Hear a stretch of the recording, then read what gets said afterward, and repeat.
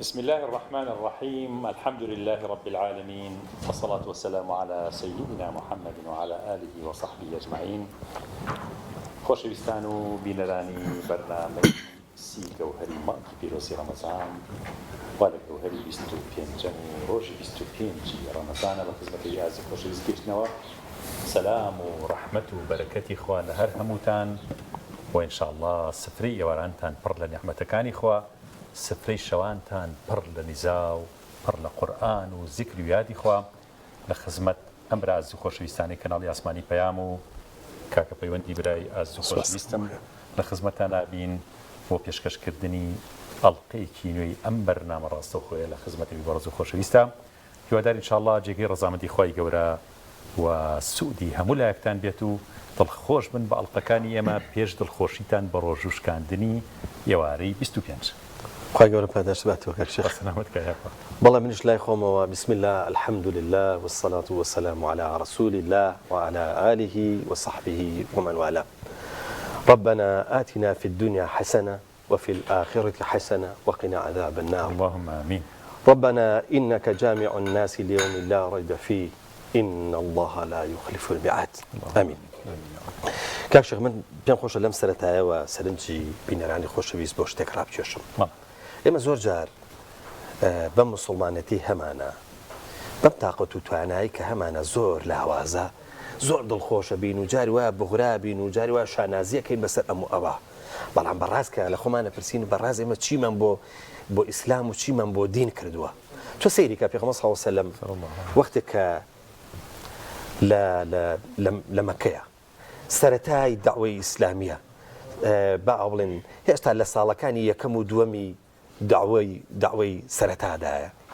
واتە پێغەمبەر صلی الله علیه وسلم تازە یەک و دوو خەڵک بانگەکا و خەریکە وردە داوەکە دەرەکەوێ. ئەبوو تاڵیبی مامیە بۆ لای بۆ لەبەرەوەی قوڕەشەکان فشارێکی زۆریان دروست کردووە. دێ بۆ لای ئەڵێ ئەی محەممەد، کۆمەڵێک شتت پێ ئەڵێم جۆم لێ بگرە. پێغەمبەر صلی الله علیه وسلم هەمیشە سیفەتی وا بووە گوێی لە هەموو کەسێک گرتووە. پێ ئەڵێ ئەگەر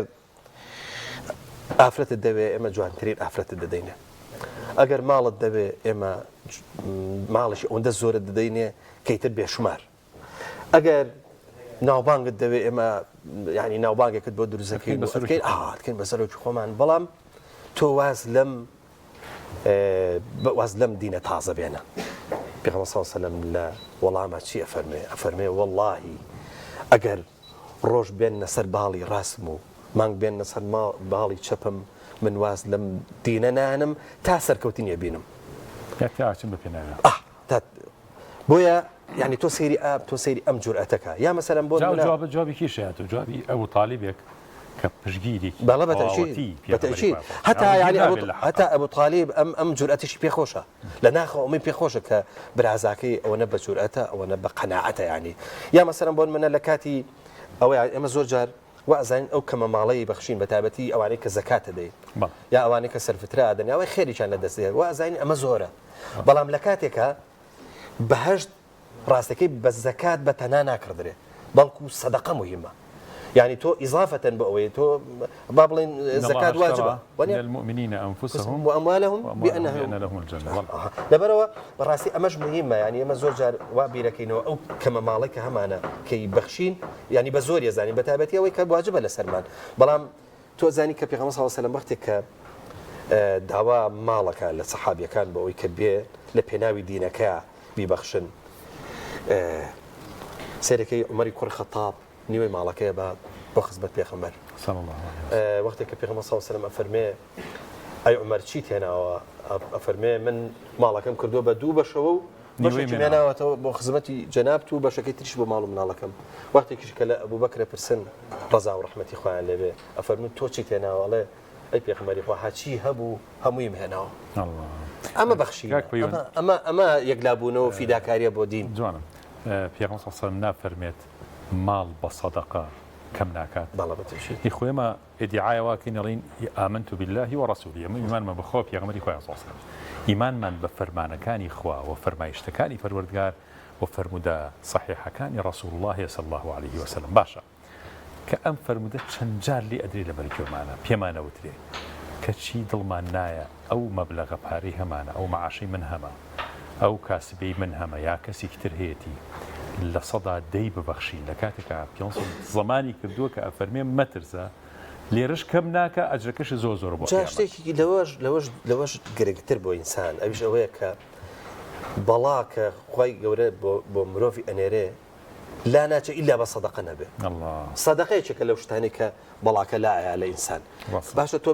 لە کاتێکە ئەجر وەرەگریتەوە بەڵاش لەسەر لاچێ ئیتریانی بەڕاستی ئەوەیە کە ئەم چەند ڕۆژەی ماوە لە مەنجە ڕەمەزان ئەگەر کەم تەرخەمیت کردووە لە ڕابردووە ئەم پێ ڕۆژەی کە ماوە ببەخشە بۆ ئەوی کە لانی کەم بەڵان لەسەر لاچێ لانی کەم ئەم ئەجرە گەورەی کە هەیە دەست کرد بەڕاستی مسلمانێک شتێکی بۆ گێڕامە زۆر ئازار بەخش بوو بەڕاستی لە کوردستانی ڕۆژهەڵات کاک پەیوان لە یەکێ لە شارەکانی ئەوەتی ئیفتارێک کراوەتی خۆم لەوێ بووم لە ئیفتارەکە کۆمەڵی خەڵکی فەقیر و کەم ئەندامی تیا بووە خاوەن پێداویستی تایبەت وتیەکێکیان خواردنەکەی نیوەی خواردووە کە خواردنەکە خۆی کەمیش بواری ئیفتارەکە تی زۆرم پێسوتمە ئەی بۆ نیوەکەوتی نیوەکەی تری هەڵەگرم بۆ سبەی ئێوارم لە ماڵەکەی خۆ یعنی ئێمە لە وڵاتی ئێمەیە لە کوردستانە گەورەکەی ئێمەیە لە حتا لە کوردستانی ئێری خۆمانە خەڵکیکی زۆر بێشمار خەڵکی فەقیر و خەڵکی وا هەیە کە شەرم و حەیان نایەڵێ داوای پارە لە خەڵک بکات لەبەرەوە ئیشی گەورەی دەوڵەمەن و ئەوانەی کە زەکاتیان هەیە ئەوەیە بەڕاستی بیان دۆزنەوە کاک پەیوان من بۆ هەوڵەیەم تا پارەکەم دەسەکەوێت خۆمانوەکەم ئەی بۆ تۆزی خۆمانوە نەکەم لەوەیە کە خەڵکی فەقیر دۆزم و خۆم دەستگیرویان بکەم یا زۆر ڕاستە بینی شێفەکانیش لەسەر شاشن بەڵێ شێف نەریمان و شێف دیار سلام علیکم سلام ورحمة الله وبركاته بەخێر بێنەوە جەنابیشتان بەخێر بێنەوە کاکە سڵاوی خۆتان بۆ بینەران بنێرن پێشیان بڵێن لەم سەرەتایەوە چی دروستەکەن شێف دیار تۆ فەرموو لە خزمەتانم سڵاوی خوا لە هەموو لایەک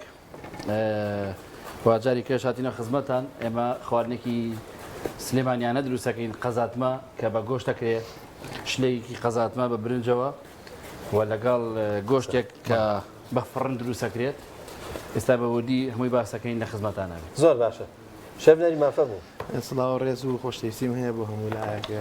ئینشاڵڵا ڕۆژووی هەموو لایەک وڵە بێ ئینشاءڵڵا ئەمڕۆینەوە لە خزمەتان بۆ خواردنە تایبەتەکانی شێف دیار خواردی خەربین نییە وڵا خۆم لە خزمەتانە بەڵام چیە بە هەر خۆی ناوێ پیاواسی خۆی گاگاگە بەڕاستی ئەمڕۆ قەزاتماکەین لەگەڵ گۆشتێکی فرنە گۆشتێکی فرن مقابلاتێکی باینجانمان هەیە سوبێشی میسکی خڕمانەیە وازم لە سلێمانیا پێڵن قەزاتمە وازم دیار وایە ئەمە ئەبێ بزانین لە شوێنەکانی تر ناوی چییە قەزاتمە کورە حەقشی تو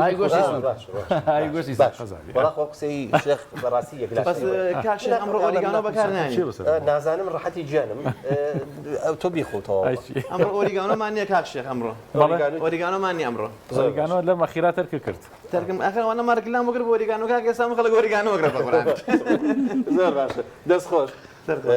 کاک شێخ ئەگە بچینی لای قورئان خوێنە بازەکەمان بەڵێ کاکە پێشەنگ یەخوا بەخێر بێ پێشەنگ سەرکەوت کە قورئان خوێنە و ئینشاءڵڵا دڵمان ئاوەدا بە دەنگە خۆشەکەی و هەروەها بۆ ئاەتە مبارەکانی کە بەرەکەتی ڕۆژی 25 ڕەمەزانمان بەرکەوی ئینشاءڵڵا لە خوێندنی قورئانەکەیە مامۆستا با بزانین لە چ سوورەتێک قورئانمان بۆ خوێنی بسم الله الرحمن الرحیم دەستان خۆش بێ وخوا بەرەکەت خاتم بەرنامە جوانەتانەوە ئینشاءڵڵا لە سوورەتی ئالی عومران لاپەڕە 63 لە ئاەتی 105 تاکو 109 ئەخوێن ئینشاءڵڵا زۆر باشە خۆی گەورە پاداش نەفەرم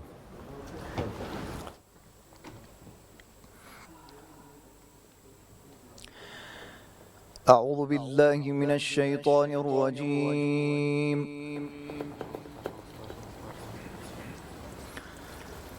بسم الله الرحمن الرحيم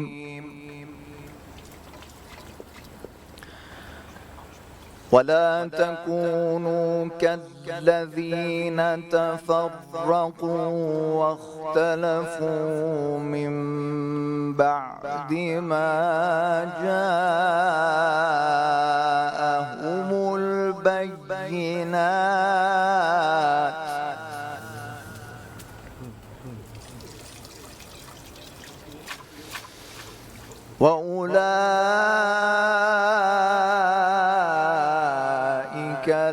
لهم عذاب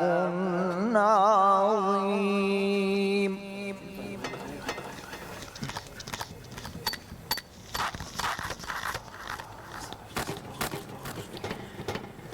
يوم تبيض وجوه وتسود وجوه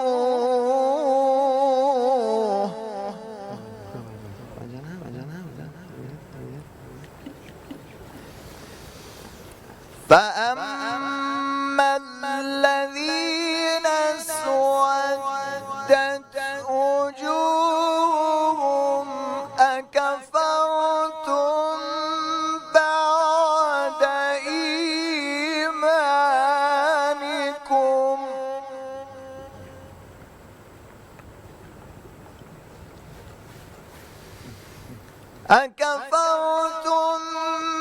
بعد إيمانكم فذوقوا العذاب بما كنتم تكفرون.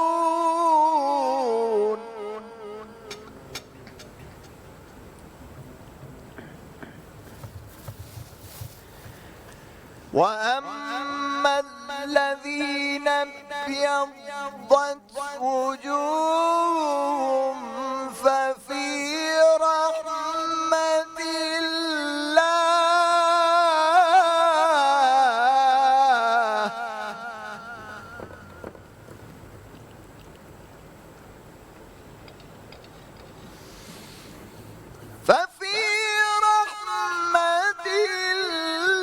الله هم فيها خالدون.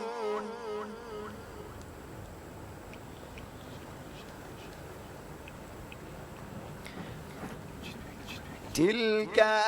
آيات الله نتلوها عليك بالحق وما الله يريد ظلما للعالمين. ولله ما في السماوات وما في الأرض وإلى الله ترجع الأمور. صدق الله العظيم. ربي خواج زبط وما وصلت أسكان خوش دەست خۆش بێ سركتو بيا بابزانین وەکو سەرەتا کەی دەست کردو بە قورئان خوێندن و چوتە خزمەتی قورئانی پیرۆز و هاندەرەکان چی بوون بۆی کە ببی بە قورئان خوێن؟ الحمد لله هەر لە مناڵیەوە خەریبووین تقریبا بڵێم لە 8 ساڵ 9 ساڵیەوە خەریکی دەرسی قورئان بووین، فێربوونی تەجوید و لەبەرکردن و بەردەوام بووین. الحمد لله دافعی یەکەم ئەوە بووە کە قورئان شایستەی ئەوە بووە کە بە سەوتێکی باش و جوانەوە حتا بکرێت ئیتقانی تیا بکرێت و خزمەت بکرێ. ئەمە دافعی یەکەم بۆ تاکو ئێستاکە کە خەریکەم الحمد لله. دووەمیشیان ئەو هونەرە جوانەی کە لە قورئانی پیرۆزە کە قورئان خوێنە جیهانیەکان قورئان خوێنە میسرەکان پیان ناخوێند و قورئانیان پێ ڕائازانەوە. پێغمبەری خوا صلی الله علیه و سلم فەرمێ زەیینوا القورئان بأصواتکم. خوای گەورە بمانکە بە ئەهلی قورئان و بابزانین ئەی مقامات خوێنووە هیچ لە مقامات شارەزایت هەیە؟ الحمد لله بەڵێ. باشە. لای کاک دکتۆر کۆچەر خولی مقامات لە 2012 ئەو ناوە بوو خولی مقاماتمان تەواو کرد الحمد لله. مامۆستا چەندێک گرنگە وەکو جەناب ئاماژەت پێ کرد کە قورئان ڕاستە ئێمە نابێ هەموو هێنەکەمان لەسەر ئەوە بێ کە ینی دەنگخۆشی ئەوانە، بەڵام چەندێک گرنگە کە دەنگێکی خۆش و ئەدایەکی باشت هەبێ بە قورئان خوێندن. بەڵێ لە بابەتی فەنی قورئانە بابەتێکی گرنگ هەیە پێوترێت تەسویری قورئانی کە وێناکردنی قورئانە یاخود تەفسیرکردنی قورئانە بە شێوازێکی تر کە بەدەن. ئینسان ئەگەر زمانەکەش نەزانێ لەو ئیحساسە تێ بگات کە خۆی مەقامات هەدەفەکەی ئەمەیە بۆ نمونە ئاەتێک پێویستی بە حوزنە ئاەتێک پێویستی بە پاڕانەوەی ئاەتێک حیوارە بە سەوتێک و بە ئەدایەک بخوێنرێت کە وێنای ئەم بابەتە مۆزوعە بکاکە قورئانیش هەمە جۆرە لە بابەتەکانیە قسەیە دوعاە حیوارە هەمووی تێکڕا بە یەک مەقام و یەک تۆن و یەک نەبرە لەوەی ئەو کەسەی کە گوێی لێ ئەگرێ تووشی مەلەلێک ببێ یاخود تێنەگەیشتنێک ڕووبا بۆی بەڵێ طبعا ماسا پێشنگ ئاماژەی بە شتێکی زۆر جوان کرد کاک پێوتکە ئەویش تەسویری قورئانیە ماوەسە سید قوتب بەڕەحمەت بە شتێکی زۆر کتێبێکی زۆر جوانی هەیە التەسویر الفەنی في القورآن يعني وەختێک ئاەتەکانی قورئان هەموو ئاەتێ نەسەقێک نەوعێک لە ئاواز نەوعێک لە معنەویاتی عەجیبی تایە کە بە دەنگ دەرەبڕێت بە خوێندنەوە دەرەبڕێ بە هەمزە و وەستانەکان ئیشاراتی زۆر جوانەکە یعنی تەفسیرێکی قورئان لە تەسویری فەنی قورئانیا هەیە زۆر ڕاستە مامۆستا با بزانین مەقامات هەر بۆ تیلاوە یاخود بۆ تەرتیلش هەنی ئەمە ڕاستە بەڵێ بۆ تەرتیل ئەوانەی کە نوێژ ئەخوێنن بەڵام گۆڕانکاری لە تەرتیلە بەتایبەت لە نوێژی تەراویح تۆزێک کەمترە لە تیلاوەیە چونکە خوێندنەکەی خێراترە بۆیە گۆڕانکاری کەمتر تیا بکرێت بۆ نمونە یەکێک هەتمەکات چارێکێک بۆ منە حیزبێک بخوێنێ بە مەقامێک لە بانگیشا بە هەمان شێوە مەقامات بەکارێت باشە با بزانین تۆ دەنگت لە بانگا چۆنە الحەمدولله باشە باشە کەواتە بانگەکە هەمووی نا بەڵام لەکوێت پێ خۆشە چ چوار ئەڵڵاهو ئەکبەرەکە بێ چ باوە بڵێن لە وەسەطەوە بێ ناوەڕاستەوە گرنگەوەیە لەکوێ دەنگت باشە ئەلێوە ئینشاءالله بانگێکیشمان پێشکەش ئینشاءالله بانگی مەقامی حیجاز بە شێوازی تورکی أشهد أن محمدا رسول الله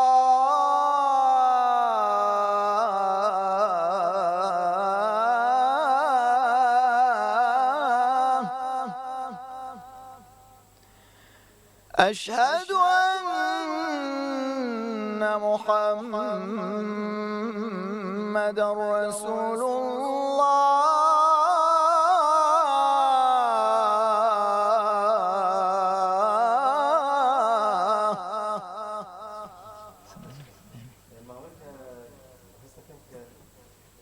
تورکەکانیشمان گەشتوتە ینی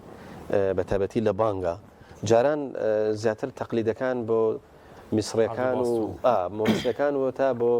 لە سعودیەش وەکو مەدینە و ئەوانە بە تایبەتی بانگی مەدینە زۆر کاریگەرە بەڵێ تۆ توانی شتێکمان لە بانگی مەدینە پێشکەشکەی بانگی مەدینە مەقامی بەیات و حیجازیشی هەیە باش بەسەلەن مەغریبان نازانم چ وەڵی زانیاری زۆر وردم نییە بەڵام احتیمالە بگۆڕیانی چووکە بانگ بێژەکان زۆرن ئێستا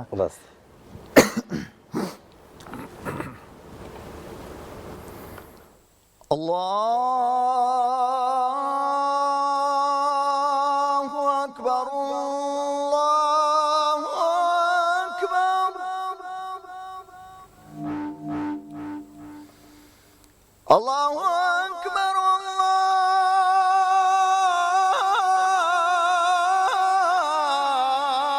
الله أكبر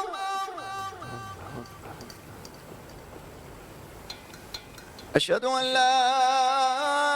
إله إلا الله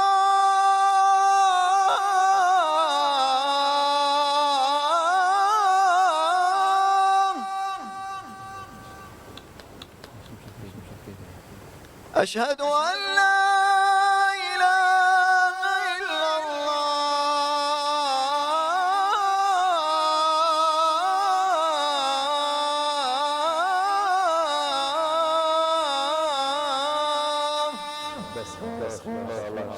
ما شاء الله بانگە زۆر خۆشە شێف دیار شێف دیار الله هەموو جانم چڕکەیە خۆش بوو شێف دیار زۆر زۆر ئەم بانگی مەدینە زۆر تایبەتە یعنی باوەڕەکە هەر کەسێک دەچێتە مەدینە یەکەم جار کە گوێی لەم بانگا بێ بە تایبەتی بەیانیان کاک شێخ من شتێکی خۆمت پێ بەڕاستکەم یەکەم جار کە چوینە مەدینە بانگی بەیانی بوو ئەو ڕەفیقیم کە لەگەڵما بوو وتی با بڕێن فریاکەوین تاوان ئەمە چوین لە حەوشەکەیە نوێژمان کرد وتی با بچین سەلامی لە پێغەمبەر بکەین صلی الله علیه وسلم نەمتوانی شێخ قاچم شل بوو وتم کاکە ناتوانم با زوو بڕۆینەوە بۆ ئوتێلەکە توانام نییە ینی دوایی ئەنجا چوین ینی نەمتوانی ئەو حاڵەتەی کە بۆم دروست بوو حاڵەتی کە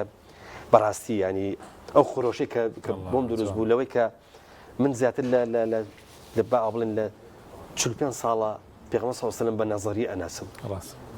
لێرەوە ینی هەر بە شێوەی شەفەوی لە نوێژ ئاڵم ئەشهەدو ئەن لا ئیلاها ئیلا الله ئەشهەدو ئەنە محەممەد رەسوول الله بەس ئێستا هەچمە خزمەتی بۆیە نەمتوانی ڕاستەکەی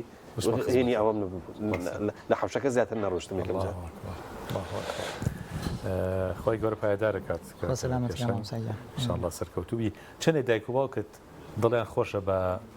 قورئان خوێندن و ئەم هەوڵدانە یعنی لە بانگدان و لەوەی کە خزمەتی قورئانەکەیت مەڵەڵەیەڕەوە دەستیان ماچەکەم و دوعای خێران بۆکەین بەشێکی زۆری ماندوو بۆنی ئەوان ینی ئەمە بەرهەمەکەیت دروست کرد الحەمدولله زۆر هەم پشتیوانیم بوون تاکو و ئێستا و زۆر زۆریش بڵێم تاکە شتێکە بڵێم من بە معنەوی کرد بێتم بۆ ئەوان ئەگەر نەمتوانی بێت بۆکو پێویست لە خزمەتیان بوو بێتم دڵێکم بەمە خۆشەکە دڵیان بەمە خۆش بووە کە خەریک بووم الحەمدولله کاکە پێشنگ ینی کاکە پەیوەندیان یەک تەسەوڕ کە یەکەم شتێکە دایک و باوک لە ناو موسڵمانە دڵی پێی خۆشە بریتێ لەوەی مناڵەکەی قورئان خوێن و ئاهلی زیکر و ئاهلی تاعاتی خوا بێت ینی هەموو دایک و باوکی حەز ناکە مناڵەکەی وێنەکێش بێت حەز ناکە مناڵەکەی مهندس بێت ینی کەمە حەز ناکە مناڵەکەی ینی ئەمە فەرعەکان تەوزیع بێت بەڵام هەموو موسڵمانێ حەزەکە مناڵەکەی قورئان خوێن و ئاهلی زۆر ڕاستە کاک شێفەکان خەریکە خواردنەکە وردە نیوە کوڵەکەن با فریان بکەوین ینی خەریکە وەزەکە تێکێ وەڵا جایتر جەنابەت بۆ ناچێت خزمەتیان وڵی تۆ بچوو قەیناک تۆ بڕۆیش ئەوە ئەم جارە من نەچم جاری دوایی تو باشە بەڵێ خۆشەویستان با سەرە لە شێفانی ئازیز بین شێف بێم بۆلاتانە لێرە پرسا لە خزمەتتان چۆن حەز لێ ئەوەی آخر نازم ئێوە پێ خۆشە بێمەوێ بۆ پێمان جاریوە ئەڵەن ئەمە سڕی میهنەیە یان نابێت بچیتە ئەو دیمێزمانی هەموو کەسە فێر بێت تەمام من فێر نابم بۆ معلوماتت بۆ خواردن زۆر خراپ سەلام عەلیکم شێف نەریمان جان گۆشتێکی جوانە کوڵانووە بەڵێ وڵاو گۆشتە زۆر جوانەوە ئەوە تو پێم بڵێ ئەوە چۆن ئەم گۆشتە جوانە پێیاکەنەوە ئێوە خۆتان لە گۆشتە زانن ئێستا تۆ ئەمڕۆ چی دروستەکەی ئەمڕۆ گۆشتێکی نافڕن دروستەکەم گۆشتی نافڕن هەری خێتە بە قاپەوەی کە ناو ئێوە بەڵێکەوە نافڕنەکەەوە بەس ئەوانە تەماتی تێگەن بیبەری ئەلوانی تێگەن تێگەم بەس لە چ قاپێکای کێ نافڕنەکەەوە ژیان هەر قاپە خۆیە قاپی گڵەوە ینی تەحملەکە تەماتە و قارچک و پیاز و بیبەری ئەلوانی تێ باش ئەمە جارێک گۆشتی چه گیاندارێکە ئەمە گۆشتی وڵاخی گەورەیە وڵاخی گەورە اینجا چ شوێنێکێتی ئەمە پشتە مەقسەکەیەتی پشتە مەغزە بەڵێ ینی ڕان و ئەوانە نییە پشتە مەغزێ ئەبێ بۆ ئەم خواردنەی تۆ چی بوو ئەمە گۆشتێکی فرن تانی هەر بۆ خۆمان پێ گۆشتی فرن گۆشتی نافڕن زۆر گۆشتی نافڕن ئەمڕۆ دروستەکەین زۆر باشە دوای وتت هینی تێکەم قارچک تەماتە لەگەڵ پیازە ئێستا من نیوە کوڵاو بۆ یا بە تەواوی نیوە کوڵاوە تر بەناو فرنەکە بە تاواتی ئەپڵێ لەبێ پیشەیە ئەپیشێت یانی تاواتی پیشێت ینی گۆشتەکەی نەبێت ئەم قارچکەشی تێکەی بەڵێ بەڵێ قارچکەشی تێک چیتر قارچکە پیازە لەگەڵ بیبەری ئەلوانە ئەی ئەو میوە وشکەیە بۆ جارێککە تەڕکراوەوە ئەوە تەڕێکەکەین و ئەیمە بێ وەکو تازەی لێتەوە ئەو میوەیەکی تازەی لێتەوە میوەشکراوەکانە شەربەتمان کردو بەسەریا تا ئێوارە بەخۆی زۆر جوانە ئەگەر ئاوی تێکەی نابێ تامی نابێت شەربەتەکە تامی خۆشتەکە و ئەی فرێشەکاتەوە زۆر باشە ئێستا بچمە بڕۆ شێف دیار زۆر بەلای خۆم ئەمە باز ناکەی با باسیەکەم بەس بزانی چی با جارە بڕۆ بەلاشتر باشە من براحم خێری شێ سوپاس دەکەم چی دروستەکەی والله من ئەوە سوپەکەم حاضر کردووە دیسکی خەڕە تەماتە و پیاز و بەس وریا بین باینجارەکە بەری ئەلوانە ئەمانە تۆزە زۆر سوبێتەوە باشە خواردنی ئەمڕۆ خواردنیەکە سەرچێکە و چییە؟ شلەی قەزاتمە بە برنجەوەی قەزاتمە؟ بەڵێ ئەو سوپە کردووە جوان بیرۆکی نەریمان بوو ئەمە ئەم سوپە چی و چییە؟ ئەم سوپەنجا چی نییە چی دەستان کەوتوە تێدان بەریگانیانەوە نیسکی پانی پێڵم بە عشاری خۆمان نیسکە ئەوەی من چاوم لێ پیازە نیسکە گێزەرە بیبەری ئەلوانە با دوو ڕەنگەکەیەوە لەگەڵ دوو هەمووی بە یەک جارتەیە دۆشایی تەماتە بەجێ سوورێکی لەگەڵ تەماتە سووریان کەیت بەڵێ بەڵێ باشە ئەمەشی لەگەڵ لای نەڵێن بیبەری ڕەش لە هین شۆرباکە بیبەر ڕەشیان لەگەڵ کاریە داوا دەرمانمان زۆر بەکارێنەوە ئەو ئۆریگانە فرانۆ کاگەز ئێستا هینەکە ئەمەشمان گۆشتی نەرمەیە کۆڵاندومانە پێشتر باش کە کوڵاوە مەزبوط بوو ئەنج پیاز و بیبەر و لیمە بەسرا و بیبەری تون لەگەڵ دۆشاوی تەماتەیە بە ئیسراحەتی خۆی بکڵێ خست ئێستا خواردنەکەم چییە؟ ئەوە شلێ قەزاتمەیە بە گۆشت قەزاتمە بەڵێ قەزاتمە ناوێژی کوردی نییە نازانم وڵی سلێمانی ئانی کە ئەسڵ سلێمانی بنەوانە کوردی ئەسلی قەزاتمە قەزاتمە ئەی باش ئەمە شێف دیار نازانین لە شوێنەکان تر چی پێڵێن مەسەن لە هەولێر چی پێڵێن پیازایی پێڵێن پیازە و ئەرەوە یعنی ئەمە وارێ پیازایی گۆشت پیازەومان بە گۆشتێکم زیاتر چی بێ سوار پیاز و گۆشتەکەی بە سلێمانی ئەو ناوی لێ ناوە قەزاتمە ئەوەیە ئێمە وڵی وادارم وڵی شتێکی هەولێرش بیگۆڕن کاکە پیازا وڵی کە بڵێ پیازا و زۆر شتیان ناچێتە سەری خۆی تاسکەبابی ئێستا لە زۆرینەی مەتامەکانە هەیە تاسکەبابی هەتا پیازهینەکەی خۆمانە پیازاوەکی خۆمانە بەس چێ تۆزە گۆشتی بەزیاکراوە ئەی لەتکەنەوە کوشتیشی تێکە چۆنەوەی هەمووی تێکرێ بەس ئەمە ئەوی تێناکرد ئەی باشە ئەم ئاوی تەماتە بەس بۆ قەزاتمەکە بکە بەڵە بەڵە بەس بۆ ئەوەیە قەزاتمە وا لە بیرمان نەچێت شێخ قەزاتممانەیە قەزاتمە سین چۆنە هەر سەر ڕیتمی قاورمەیە باش قەزاتمە بابزانم ئەمە چی دروستەکەی لەمە چی دروستەکەی مەقەبیلاتێکی باینجانە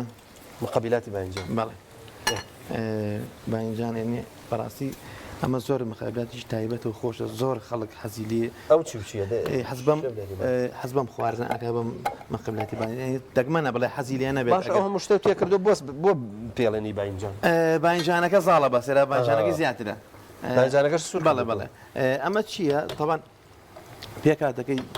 بیبەری ئەلوانمان هەیە ئەمە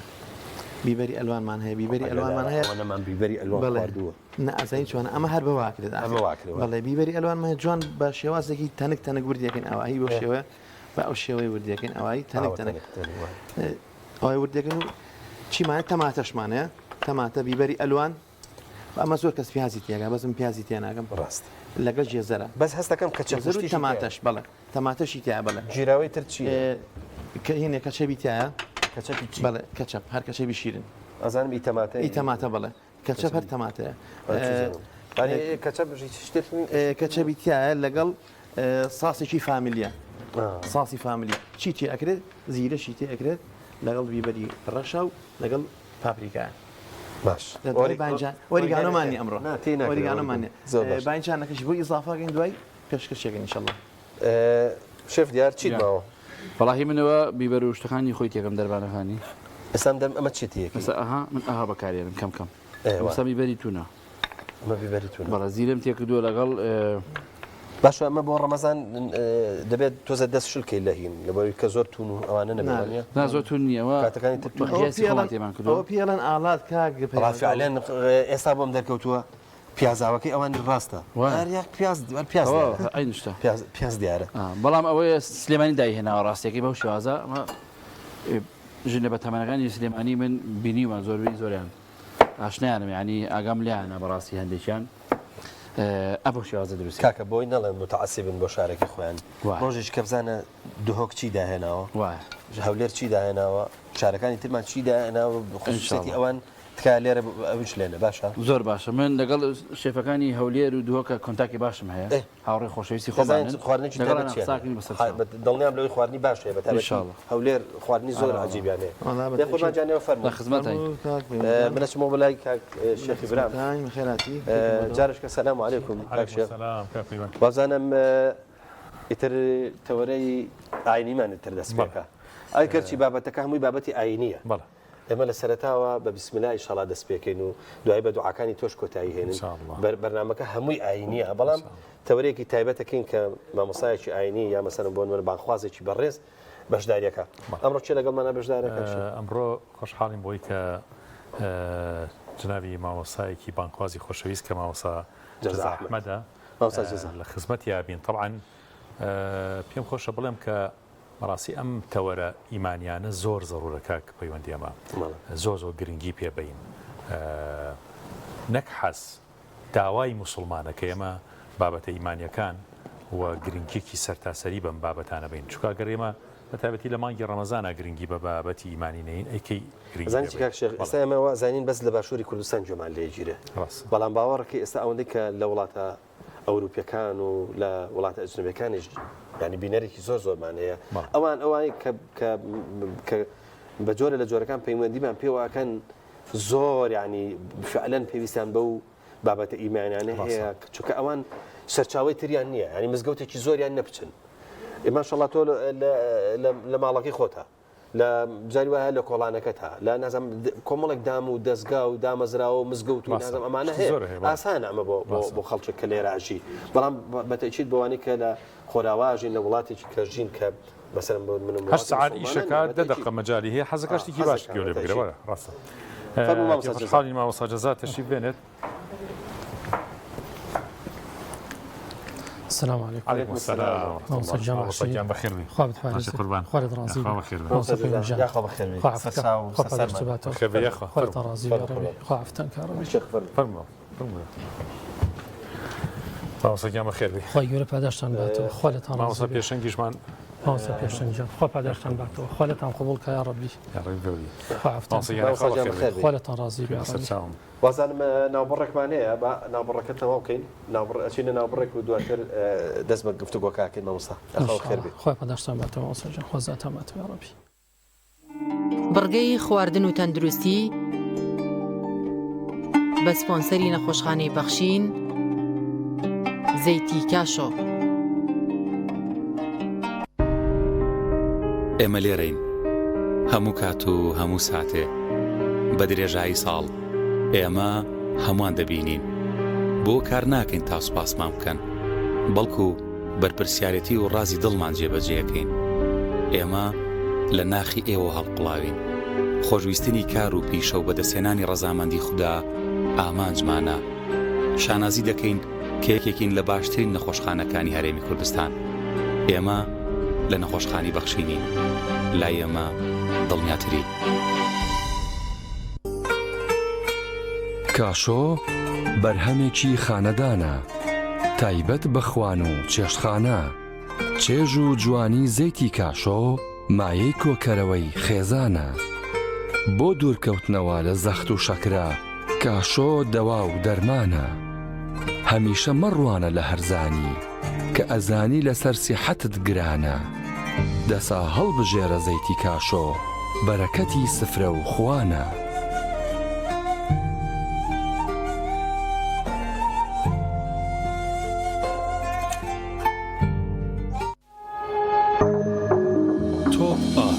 تاکە بریکاری تۆڕی میدیایی کۆمەڵ بۆ بەرهەمهێنان و بڵاوکردنەوەی ڕێکلام.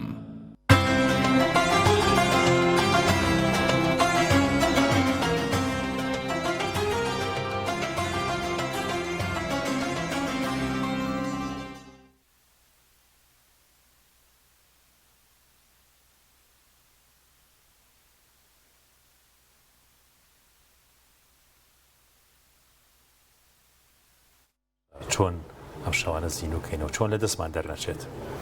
بسم الله الرحمن الرحيم الحمد لله والصلاة والسلام على رسول الله. ولا سرتا خوای گەورە پاداشتان باتەوە خوای گەورە هەموو ڕۆژ و تاعەت و عیبادەتی مانگی ڕەمەزان لە هەموو لایەکمان قبوڵکە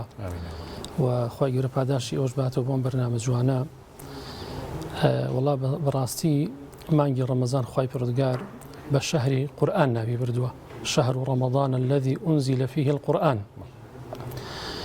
وأجر تماشا بكين خوي برجار كعفرمي إنا أنزلناه في ليلة القدر. بوشي شو خی پرگار قدری پێداوە بۆ ڕێزی پێداوە وەنیە گومانی تیانێ بەهۆی قورئانەوەیە ئەو مەکانەتە بەهۆی قورئانەوەی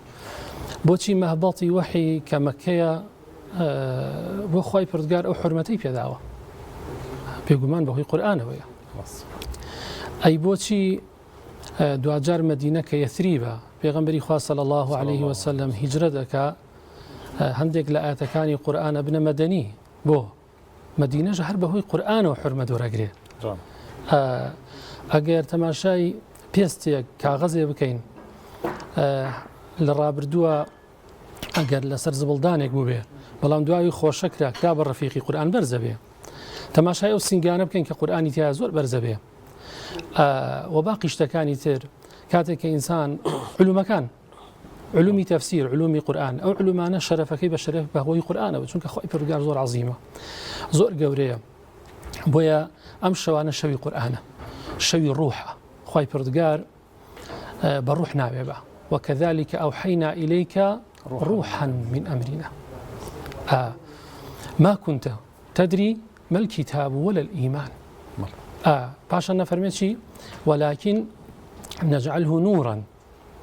خواهي برقال باشا وصفي كلامك خويا كاب الروح أقل إنسان جستيق ببي هيك بهايشي هي نيتي بيقومان أقل قورترين حيتان نهنگ بيني ببي الروح شابوليكي بينا أدري بويا الروح والي إنسانك كبوجته أمشو أنا شوي روحه شوي قرآنه أتوانين بيغمبري خاص صلى الله عليه وسلم أجد دراسي جياني بكي لما نجي رمضان زورترين كاتكاني بقرآن وخريق بوا تدبري كردوا تأملي كردوا تفكري كردوا حتى ابن قيم فرمي أجر آياتك بتدبروا تفكروا تأمل وبين باشتر لختمك للقرآن ببيت تدبروا تأمل چونکە أنفع للقلب جامع مصابر سارك اللي رأى بولا إما زور بمان كقرآن خوينين قرآن وكو أجر خوينين نك وكو أو قلبون ويك جناب للتأمل ولا تدبر وأوانا باسد كردوا أجر شيء يعني أما نجا أبي أوردان ويشي زور كور حبيب قرآن بيروز لقال ختم كردني قرآن بيروزا أبي ضلكان يجبرون بخدمة قرآن وأبي إنساني مسلمان وايلي به راست قرآن أجري شيء كوريه هي لهر بيتك بابلن دچاكه هي بلان بيرش ما نتشي قرآن منهج حياة إنسانة يعني شون أم قرآن جاري كبكريتو بيرلو بكينو كبيكين كاكا قرب نكرب بمنهج دولتيش خو كرب بكرب بمنهج إنسان خوي يعني وكو فرد خو أجر مسؤولية لسر أول نبي قرآن بيا نكرب بمنهج دولت خو مسؤوليتي أول لسر كبيكي بمنهج حياتي خوت چنێگە مشکل والله بێگومان وایە اینجا ئەگەر ئینسان نتوانێت ناخی خۆیە ئەو دینە جێبەجێکە ئەو قورئانە جێبەجێکە تەفاعل بکات لەگەڵ خوای پەروەردگارە بەخوا دوجار ناتوانێت ڕنگدانەوی لەسەر کس و کوڕ و خێزان و عایلە و گەڕک و دەوروبەر و تا گەورەترە بیوانە ئەبێ ئینسان جارە بینی خۆی و خوا تەواو تێکەڵ بێ وەلی تێ بگا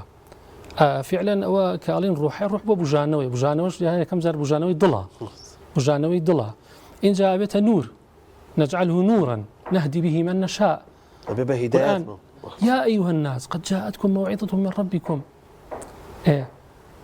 هو موعظة وشفاء لما في الصدور وهدى ورحمة للمؤمنين براسي قرآن ببيت تدبر وتأمل وتفكر يعني بيركرنوا آياتك بينه رامينتي آياتك بينه بيري يبكروا جاء زانيان فرمون تدبر شلون دروست به بخوێندنەوەی دووبارە دروستە بێ بە پرسیارتیا دروستە بێ ئاەتێک وەرگرین بە نمونە خەڵک زۆر خەمی ڕزق و پارە و ماڵ و سەروەرێتی وانە هەر ئاەتێک وەرگرا هەر ئاەتێک وەرەگری وایە خۆ ئەفەرمێن لەه مەقالید السەماوات والأرض لەه بۆ شێ بۆ خوای پەروەردگارە خوای پەروەردگار لە ڕێی قورئانە و لە ڕێی وەحیەوە ئەوێ خۆیمان پێ بناسێنێ ئەوێ ئاشنا بین بە زاتی خوای پەروەردگار زانی خوا کێیە لەه مەقالید السەماوات والأرض خاون شيء مقاليد جمعة مفتاح يعني همو خزينة كان لا يخوي فرد حتى خزينة هي جورة بير بكره أبيري بكروانيا أبيري بكيتو خزينة يعني شيء يعني خزينة ولاتك هريمك دولتك دوسي أنا قشتي له مقاليد السماوات سماوات أسمان كانش حمو لا إخوة له مقاليد السماوات والأرض يبسط الرزق لمن يشاء يبسط يعني إكاته بو هر كسي بيه خواهي بيضغار إكاته يبسط ويقدر ومن بس يشي بيه نايداته بو إنه خواهي بيضغار عليمة بهمشتك خواهي بيضغار لك وتاعد كان أخوي ناسين وربي لما بكروا الرام هنا يعني خواهي بيضغار همشتكي بدسة والله همشتكي بدسة يعني أبيه من دولة منك والله أي دولة منك إيه لو بسط الله وانيا لعباده أجر خواهي بيضغار بيه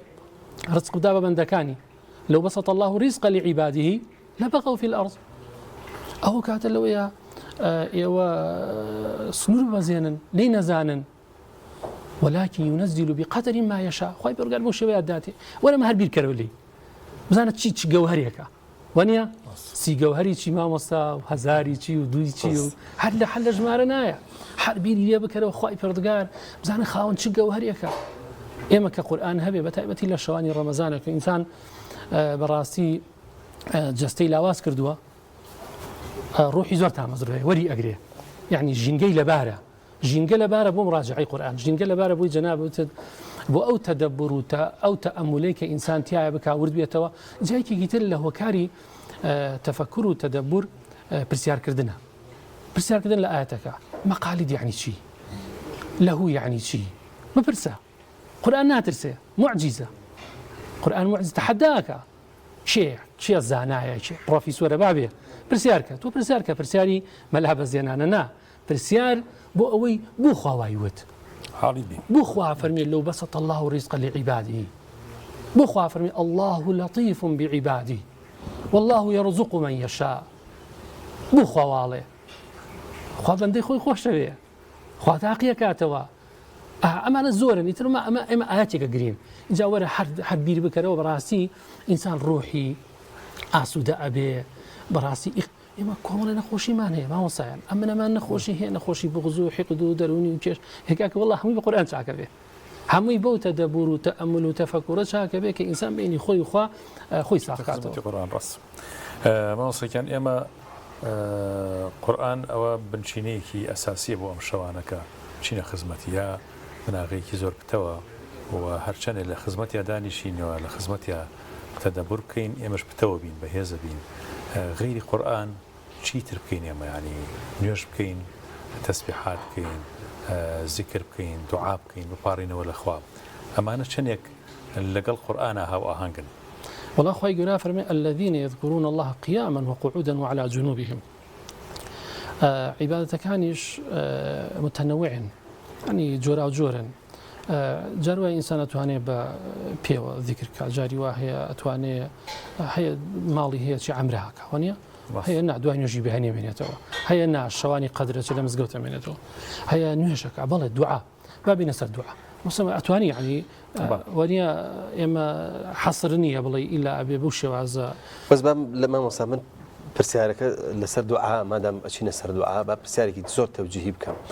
يعني وقتك برسال كرا ولا بيغمر صلى الله عليه وسلم يعني درجتين دعاء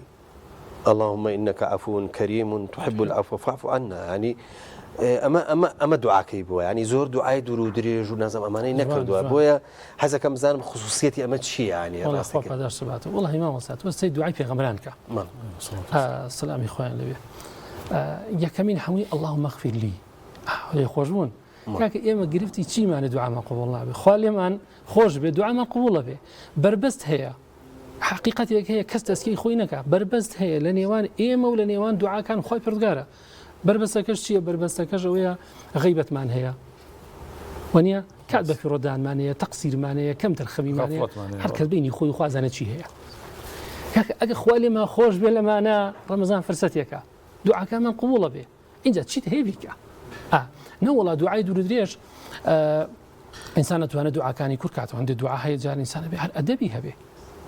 وهني لقى خوي بردقارة زنا پیغمبر صلى الله عليه وسلم شو بقى داوي دنيا كردوه يك دعاء بو بينا پیغمبري خاص صلى الله عليه وسلم داوي باري كربه داوي مالي كربه وهني ربنا آتنا في الدنيا حسنة وفي الآخرة حسنة وقنا عذاب النار إما توين القرآن وفي دعاء كان بين خوي قالوا خوي فيرمانك إما شون بارين لخوي بردقار إنسان جاء دعاء جناها دوعایت لە خەڵکەکە دوعاکە بەرد بارێ بەفر نازانم تەور بارێ کە ماڵی خەڵک بە قوڕ بگیرێ ئێوە دوعا نییە ئەو گوناهە تۆ گوناهێک ئەنجامەدەی بۆیە دوعای ئینسان ئەو یەکێ خوای ناسی ئەنی مەسەنی ضر وأنت أرحم الراحمین نەخۆشە دەردەدارە ئەڵێ حاڵ مەبینی تەواو خۆی زانێ خوای پەروەردگار عەلیم بذاتی الصدور ئاگاداری نهێنیەکانی ناو دڵمانە ئەزانێ ئێمە چیمانەوێ خۆ ئینسانیش خوای ناسی خۆی بچووک ناکاتەوە بۆ هەنیشتی بچووک بەڵێ ماوسیان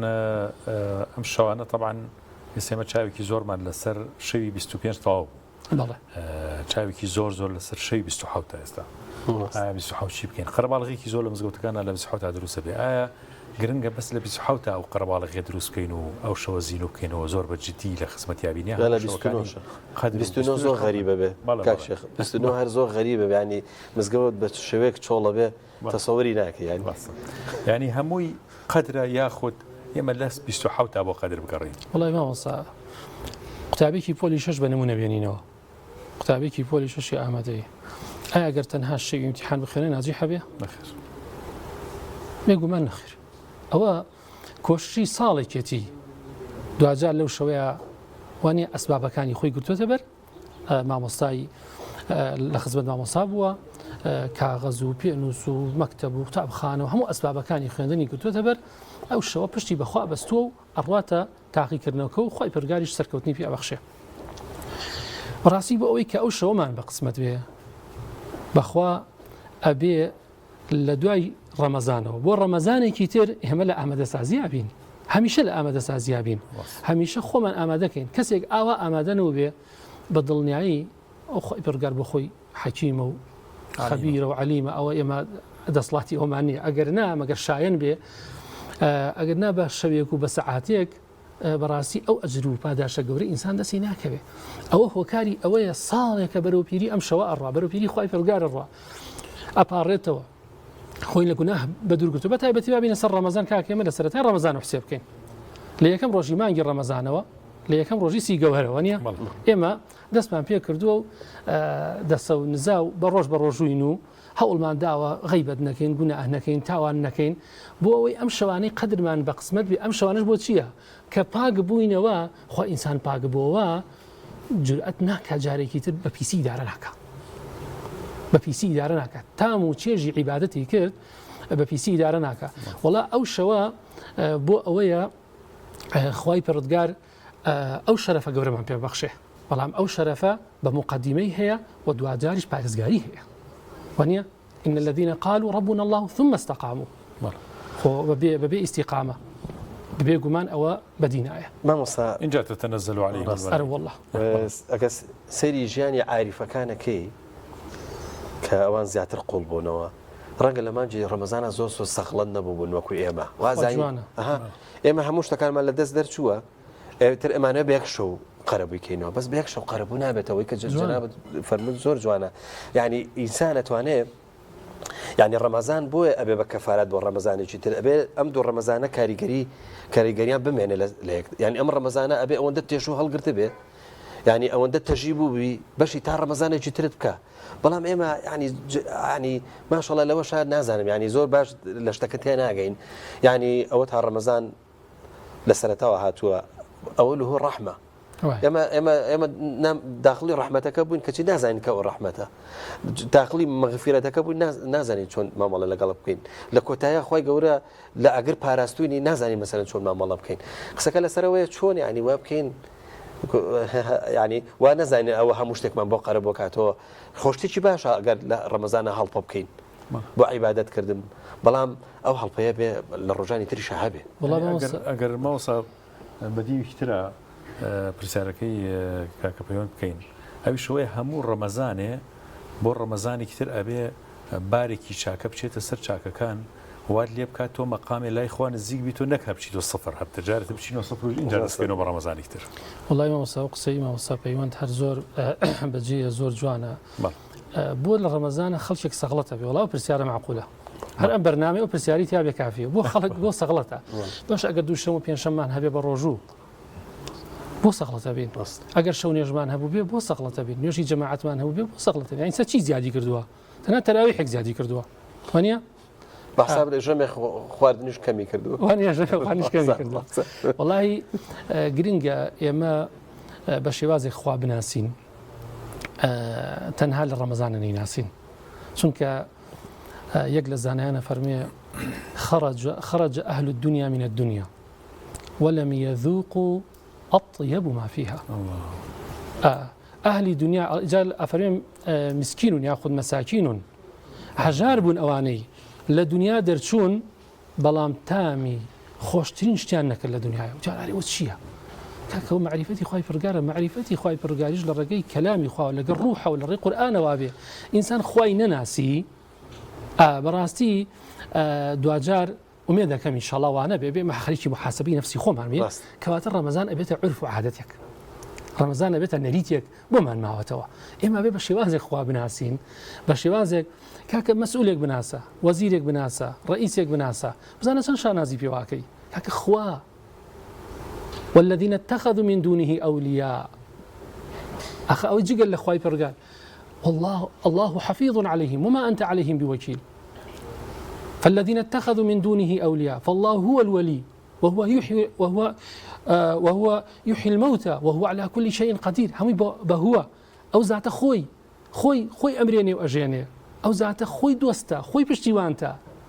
كاكني يوتنا لرمضان بشتيواني تكم تنال رمضان بشتيواني ما ناك بلكو هميشا خوي فردقار كل يوم هو في شأن بخواسر كل يوم يعني كل لحظة يعني هموت شركة إخوة لسرو كار معناها هموت شركة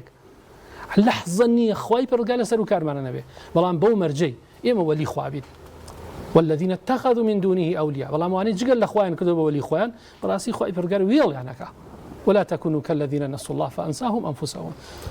بسرق لك بيشنجش بينه وعيش شناتك من القرآن بيروس وبخوانه هەروکو بڕێک و پشوێکش بەمە مستا پێکەوە گوێ لە چەند ئاەتی لە قورآنی پیرۆز ئەگرین بەڵخۆشەویستان فەرموون.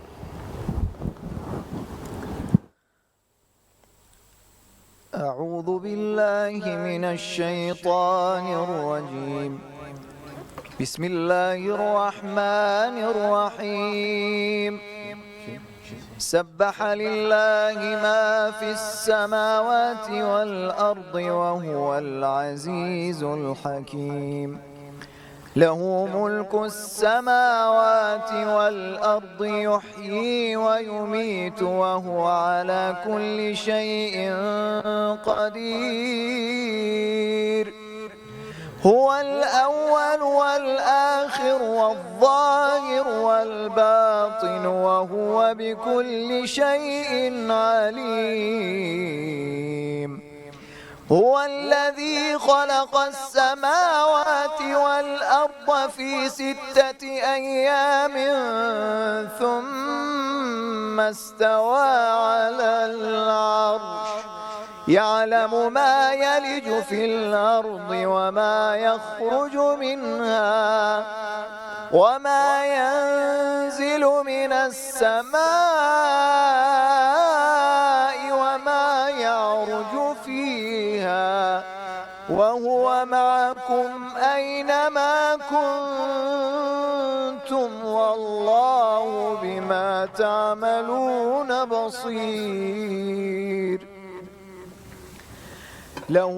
ملك السماوات والأرض وإلى الله ترجع الأمور يولج الليل في النهار ويولج النهار في الليل وهو عليم بذات الصدور آمنوا بالله ورسوله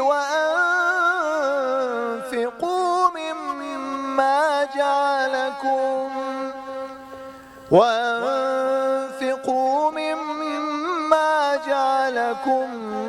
مستخلفين فيه فالذين آمنوا منكم وأنفقوا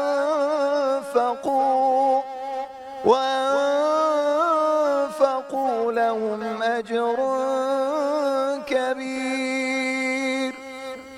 وما لكم لا تؤمنوا بالله والرسول يدعوكم لتؤمنوا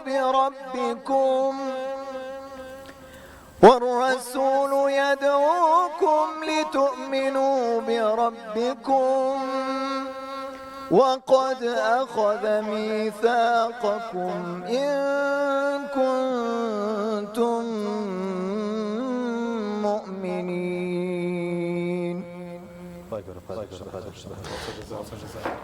بس ئاگامان لەبێ ئەم ئیلتیزاماتی ڕکلام و هینە مامۆستا ینی بە خۆ دەزانی ئەمەش وعدێکە لەسەر ئێمە پابندی وعدەکەشمان بینوانە ئێستاوا هەست دەکەم کە وەختی ڕکلامێکی بازرگانیە ئەبێت ناوبڕێک وەرگێنین و ئاوا مامۆستا جەسات بەرنامەی خۆتان دەکەیت دەست خۆش بێ بەڵە خۆشەویستان چینە ناوبڕێک و دواتر لەگەڵەوەی خۆشەویست و لەگەڵ جەنابی مامۆستا جەزات بەردەوام ببین فەرموو.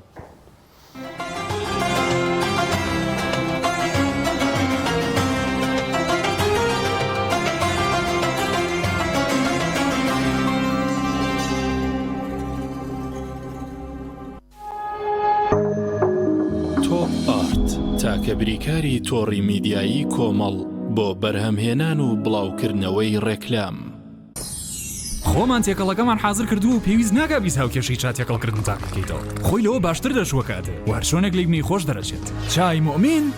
تام و بۆن ئایدی ئێمەیە. ئاستێرە 350 پەنجەرە ئەو ئۆفەر و داشکاندانن کە تایبەتن بە تۆ لەگەڵ لایفستایلی تۆدا گونجاوە. لە ڕێم خزمەت گوزاریەوە دەتوانیت تا 5 هێندە باڵانسی بێبەرامبەر بۆ پەیوەندی بەدەست بهێنیت لەگەڵ داشکاندن کە دەگاتە لە 150 لەسەر پاکێجەکانی ئینتەرنێت و پەیوەندی. هەروەها بەکارهێنانی بێبەرامبەری سناپچات لە چەند پاکێجێکی دیاریکراوی ئینتەرنێتدا چەندین تایبەتمەندی و ئۆفەری داشکێنراوی تریش. با چاوت لەسەر ئاستێرە 350 پەنجەرە بێت تا داشکاندن و ئۆفەرە تایبەتەکان بزانیت لە ڕێی پەیوەندیکردن یان ئەپلیکیشنی ئاسێسیڵ.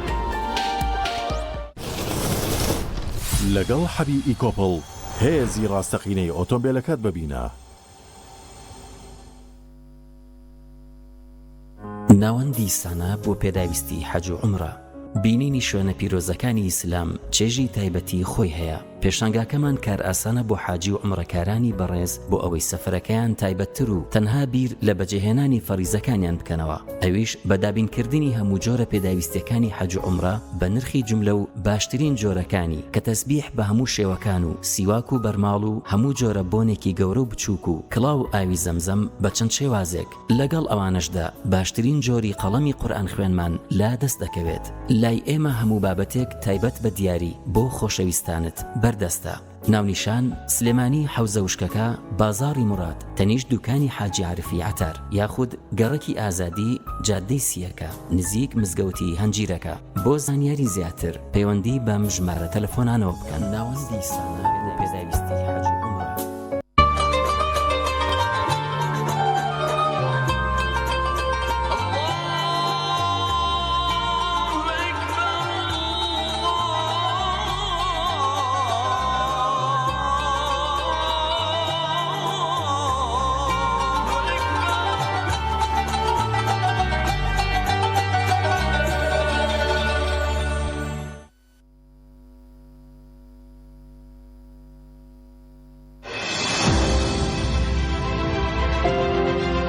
پەیمانگەی یادگار پەیمانگای یەکەمەکەی شار ناوتۆمارکردن دەستی پێکرد بۆ بەهێزترین پۆلی 12. لێرە بەستافێک لە مامۆستایانی نمونەی و ناسراوەکانی شار بە درێژایی ئەم وەرزە لەسەر جەمڕۆژەکانی هەفتە لەگەڵتان دەبین بۆ ئەوەی ببنە خوێندکارێکی نمونەیی و سەرکەوتوو. خوێندکارانی عەزیز ئێمە لەم خولەدا زۆر بە وردی و بە پراکتیکی وانەکان شی دەکەینەوە. منهەج زۆر بە جوانی و شێوازێکی زانستیانە تەواو دەکەین. پەیمانگای یادگار باڵی زۆرترین خوێندکاری مندە باڵا و یەکەمەکانی هەرێم. هەر بۆیە دەمانەوێت ئێوەش یەکێک بن لە یەکەمەکانی هەرێم. لەگەڵەوەشدا چەندین سیمیناری گرنگ و بەرنامەی تایبەتی سەعیکردنتان بۆ دادەنین. تاوەکو بگەن بە ئامانجەکانی خۆتان ئامادە بن بۆ تاقیکردنەوەی وزارە. پێکەوە هەنگا و بەرەو داهاتوێکی گەشت دەنین لە پەیمانگای یەکەمەکەی شارەوە چاوەڕاتن. ناونیشان گەڕەکی مامۆستایان جووتسایدی مامۆستایان خوار مزگەوتی قازی محەممەد یاخود دەتوانی پەیوەندی بکەی بەم ژمارانەوە.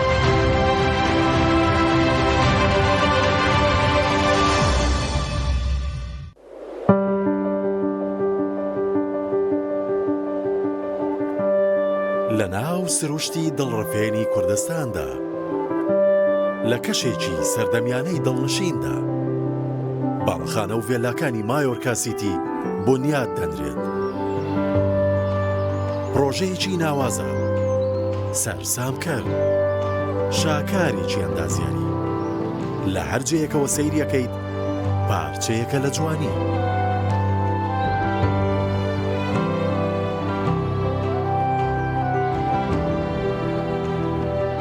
خزمەتگوزاریەکانی شێوازی ژیانت دەبەناسێکی تر. ئێرە زیاترە لەوەی بە خەیاڵت دادێت، زیاترە لەوەی بیرت لێ کردوتەوە، زیاتر لەوەی شارێکی نمونەی پێت دەبەخشێت.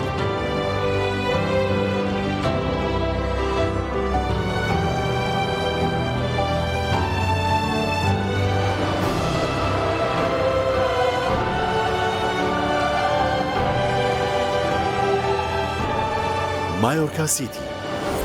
جوانیان لە دڵی سروشدا. ئۆبێرە بەهێزترین موبەریدەی پلاستیک، دیزاینێکی نێوتوانەیەکی بێوێنە لە پەڵمانیەوە، فلتەرێکی ئەستۆری ئۆرجینەڵ، کەمترین دەنگی هەیە و دەگرمانە، ماتۆری ماگنێتی تۆربۆیە و 100 پلەی خێرایی هەیە و بە 2 ئەمپێر کارە بەکار دەکات. دەبڵ واتەر پەمپە، بۆری و پلاستیکەکەی ڕیسایکلین نییە و بەرگەی پەستانی زۆر و ساردی و گەرمی دەگرێت. شاشە و کۆنتڕۆڵی هەیە و دەتوانرێت لە ڕێگەی وایفایەوە کاری پێ بکرێت. ئۆبێرە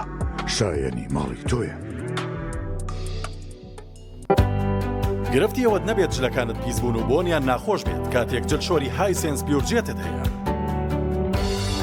ئەم جلشۆرە سیستمی هەڵمی تێدایە بە تەواوەتی جلەکانت لە پیسی پاگەکاتەوە و بۆنێکی خۆشیانەداتێ و ناژێڵێت چرج ببن. سیستمی ئینڤێرتەری تێدایە و ڕێگرێت لەوەی هەر گرفتێکی کارەبایت بۆ دروست بێت. دیزاینێکی جوانی هەیە و کواڵیتێکەشی هێچکار بەرزە. لە یەکادا هەم جلەکانت بۆ شووا و هەم بە باشترین شێوە وشکیانەکاتەوە و ناژێڵێت جلەکانت چرچ و لۆچیان تێبێت. ڕوبەرێکی گەورەی هەیە و 10 کیلۆگرام پۆشاک لە خۆڵ. ئەمانە و چەندین تایبەتمەندی تر لەم جۆرە نوێی جلشۆری هایسنسدا بۆ تۆ ئامادەکرا. هەرچەند لە یەکتر دوور بین دیسان پێک دەگەینەوە، ئێمە بۆ یەکتری پشتین نابێ بیرتان بچێتەوە. وەرە عەزیز نزیک بینەوە، دڵمان بۆ یەک بکەینەوە، بە یەکەوە بەهێزترین با دوور نەکەوینەوە.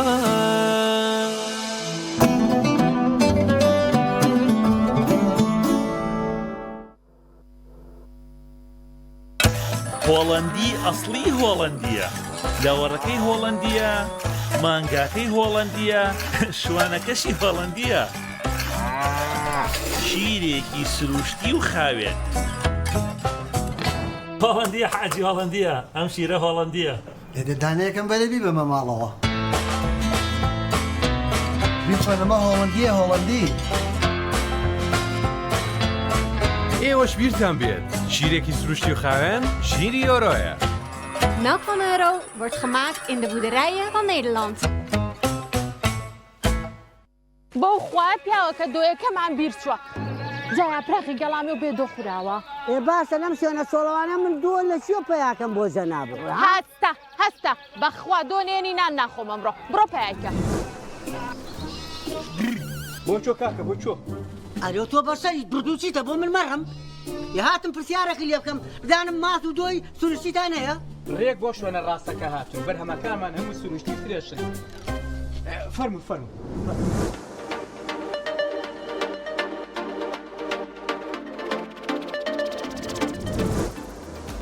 ئەڵێم پیاوەکە با تۆزێ لەم شتە سروشتی و پاک و خاوێنانە لەگە خۆمان بەرینەوە بۆ شار. بۆچی تا ئێستا نەچوون بۆ لقەکانی خەجێ خانم، ئەمە هەموو بەرهەمی کارگەکانی خەجێ خانمە. نەوەڵڵا نەچوین.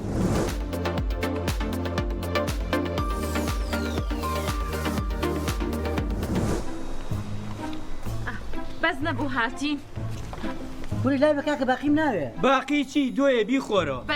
بەزیابێ دەست خۆش. بەخێرچن پاپستان.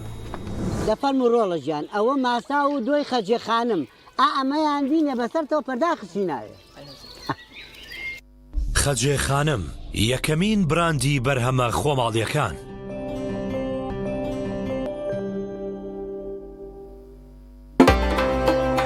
ڕەمەزان مانگی خێر و بەخشندەییە. ئەم مانگە لە 150 باڵانسی زیادە بە دیاری وەربگرە. هەر جارێک هێڵەکەت بە 10,000 دینار یان زیاتر پڕ بکەیتەوە. تا باڵانسی زیاتریش پڕ بکەیتەوە، باڵانسی زیاتر بەدەستێنیت. هاوڕێتیمان لە مانگی خێر و خۆشیدا زیاد دەکات. لەگەڵ زیادبوونی باڵانسا هەر جارێک هێڵەکەت پڕ بکەیتەوە. بۆ بەشداری ژمارێک بنێرە بۆ 211 پاشان هێڵەکەت پڕ بکەرەوە.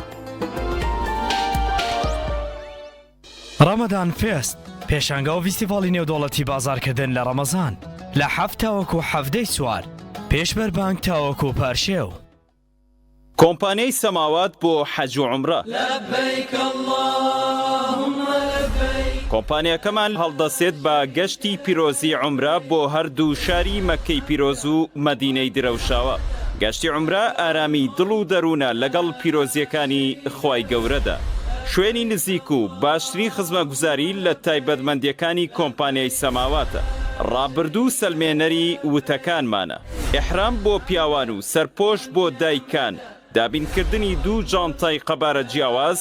دیاری کۆمپانیای سەماواتە. گەشتەکانی کۆمپانیای سەماوات بە سەرپەرشتی عەبدوڵڵای مەلاسەعیدی سیاگوێزی. ناونیشانی کۆمپانیای سەماوات سلێمانی دارۆغا بەرامبەر مزگەوتی دارۆغا.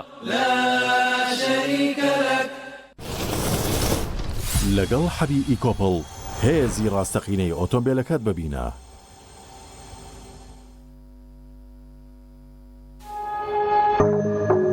تۆپ ئارت تاکە بریکاری تۆڕی میدیایی کۆمەڵ بۆ بەرهەمهێنان و بڵاوکردنەوەی ڕێکلام.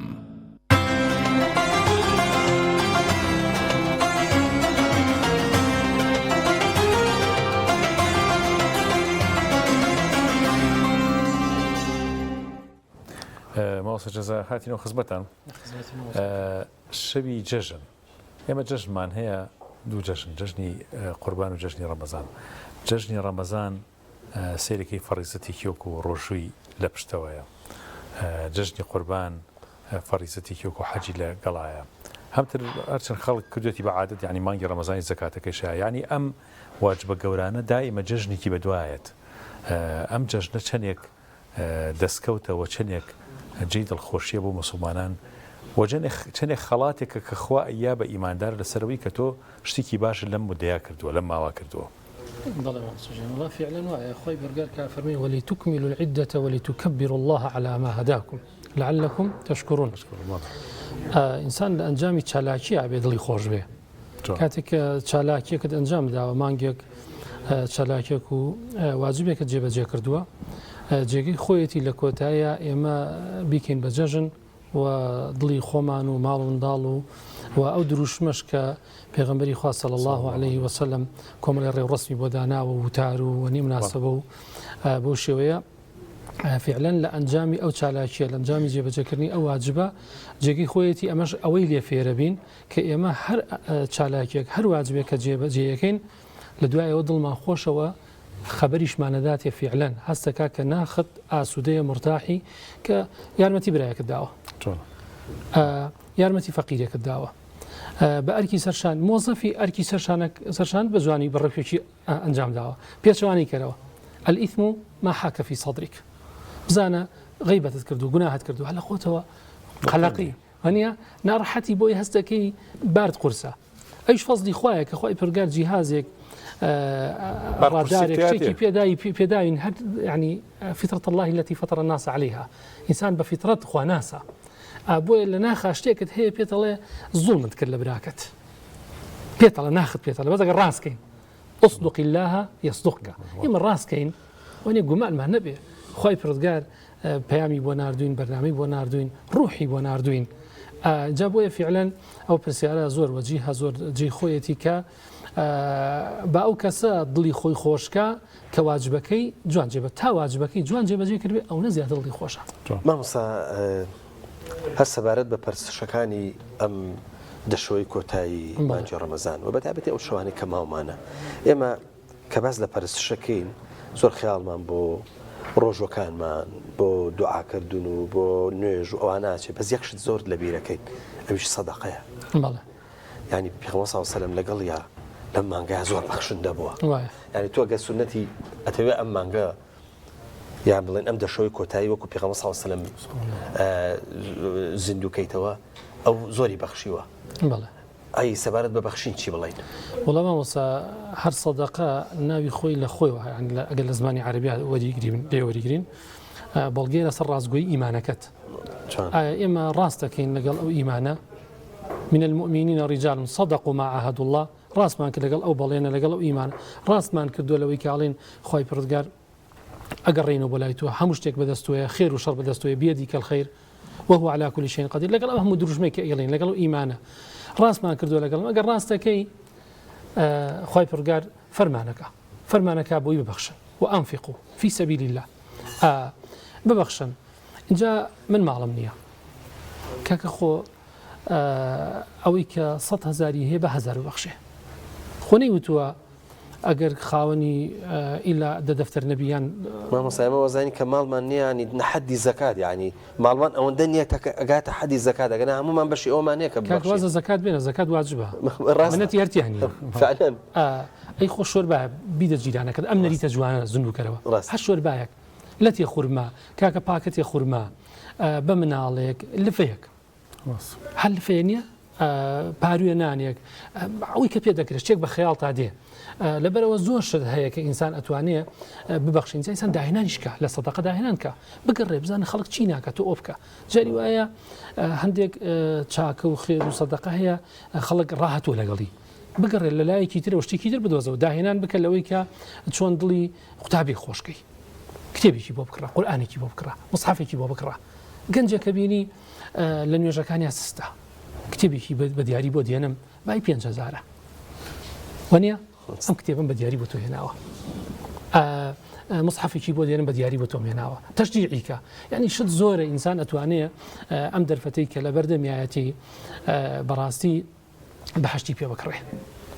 قبری پێ ئاوەدان کاتەوە بەوەی کە چالاکی نەوەعی بکە چالاکی نەوەعی بکە و ئەو چالاکیانەش کە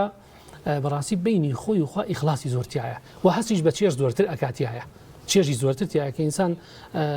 لە بۆ خوای کرد و بینی خۆی و خوا ئەو چالاکیانەی ئەنجامدا بەڕاستی مرتاحترە لێی و چێژی زیاتر لێ بینێ. بچینەوە بۆ لای کاکە پێشەنگ و دوایین کۆپلە قورئانمان پێشکەش ئینشەڵڵا ئەم جارەش هەر بە تەرتیب قورئانە خوێنی وەڵای ئینشاءڵڵا ئەگەر عێراقی بێت باش فەرموو.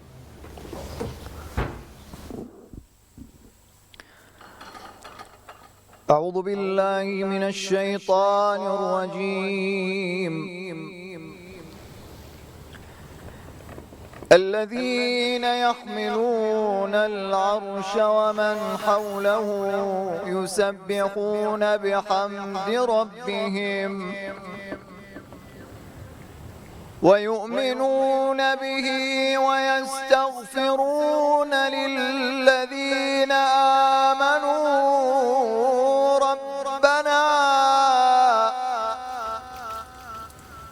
ربنا وسعت كل شيء رحمة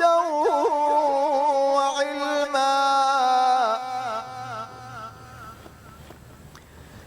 فاغفر للذين تابوا واتبعوا سبيلك وقهم عذاب الجحيم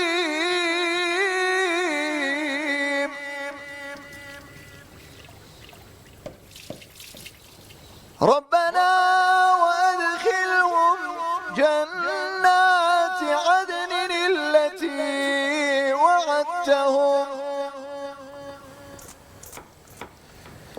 ومن صلح من آبائهم وأزواجهم وذرياتهم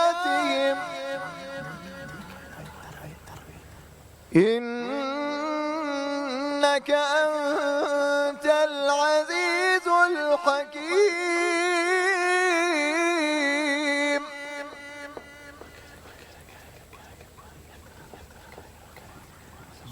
وقيموا السيئات ومن تق السيئات يومئذ فقد رحمته وذلك هو الفوز العظيم.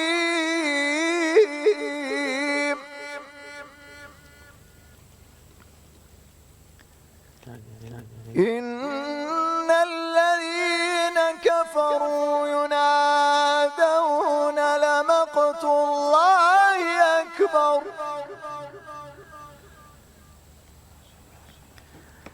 لمقت الله أكبر من مقتكم أنفسكم إذ تدعون إلى الإيمان فتكفرون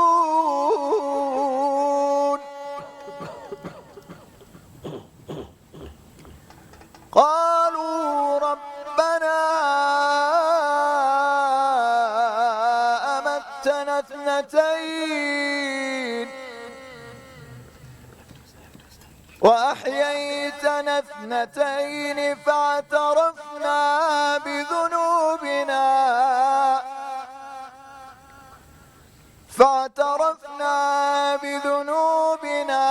فهل إلى خروج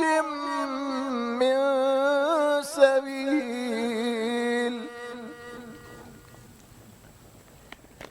ذلكم بأنه إذا دعي الله وحده كفرتم وإن يشرك به تؤمنوا فالحكم لله العلي الكبير. صدق الله العظيم. هذا شبهته. سپاس دەکەین مامۆستا پێشەنگ کە ئەمڕۆ لەگەڵمان نابووی ئەم بەشە لە بەرنامەکەی مامۆستا جەزا ئەحمەدیش یاخوا بخێر بێت سپاس دەکەین دەستان خۆش بێ و خوای گەورە موفقتان کە یاخوا خوای گەورە لە ئێوەشی قبوڵ بکات. ئامین یا ڕەبی. بەڵام خۆشەویستان ناوبڕێکی کورت وەرەگرین دواتر لە بەشێکی دیکە لە بەرنامەکە لە خزمەت ئێوە خۆشەویست بەردەوام ببین. بڕگەی خواردن و تەندروستی بە سپۆنسەری نەخۆشخانەی بەخشین زەیتی کاشۆ. ئێمە لێرەین هەموو کات و هەموو ساتێ بە درێژایی ساڵ ئێمە هەمووان دەبینین بۆ کار ناکەین تا سوپاسمان بکەن بەڵکو بەرپرسیارەتی و ڕازی دڵمان جێبەجێەکەین. ئێمە لە ناخی ئێوە هەڵقڵاوین. خۆشویستنی کار و پیشە و بەدەستێنانی ڕەزامەندی خوددا ئامانجمانە. شانازی دەکەین کە یەکێکین لە باشترین نەخۆشخانەکانی هەرێمی کوردستان. ئێمە لە نەخۆشخانی بەخشینین. لای ئێمە دڵنیاتری. کاشۆ بەرهەمێکی خانەدانە تایبەت بەخوان و چێشتخانە. چێژ و جوانی زەیتی کاشۆ مایەی کۆکەرەوەی خێزانە. بۆ دوورکەوتنەوە لە زەخت و شەکرە کاشۆ دەوا و دەرمانە. هەمیشە مەڕوانە لە هەرزانی کە ئەزانی لەسەر سیحەتت گرانە. دەسا هەڵبژێرە زەیتی کاشۆ بەرەکەتی سفرە و خوانە.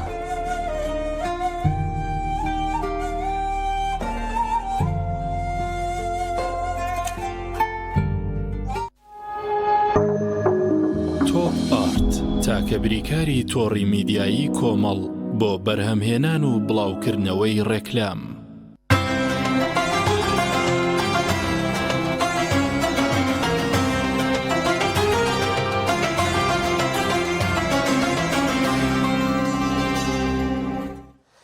کاکشێخ پێویستە ئەم چەند ڕۆژەی ماڵمانە لە مانجی پیرۆزی ڕەمەزان وردە وردە کە بەرەو جەژنانە چین تێبینیەک بکەین یاخود ئاماژەیەک بەوە بکەین کە بەڕاستی ینی ئیستغلالی ئەم بەرە جەژنا ناکرێت. ئیستغلالی مەسەلەن نەفسیەتی مناڵەکرێ نەفسیەتی مەسەلەن بۆن منە ڕۆژوانەکرێ بەو مانایی کە وتمان ینی تۆ شتێکی ڕەوایە نزیکی 12 ساعت شت نەخۆیت و دوای حەزت لە شت بێ بەس ئەم حەزە ناکرێت چیچکە ئیستیغلالی کا بۆ خۆی مەسەلەن بۆن منە ئێستاوە بەرەب جەژنانە ئێمە هەموو مناڵێک یاخ مەسەلەن بۆن منە تەنانەت خۆشمان یعنی پێویستمان بە جلوبەرگە حەزەکەین لە ڕۆژی جەژنە ینی پشت و پرداغ بین زیینەتی جەژنمان پێوە دیار بێ ناکرێت ئەمە ئیستیغلال کرێت لەلایەن هەندێک کەسەوە بۆ شت گرانکردن باوەڕم پێ بکە ئێستا وای لاتۆ یەک پارچە جل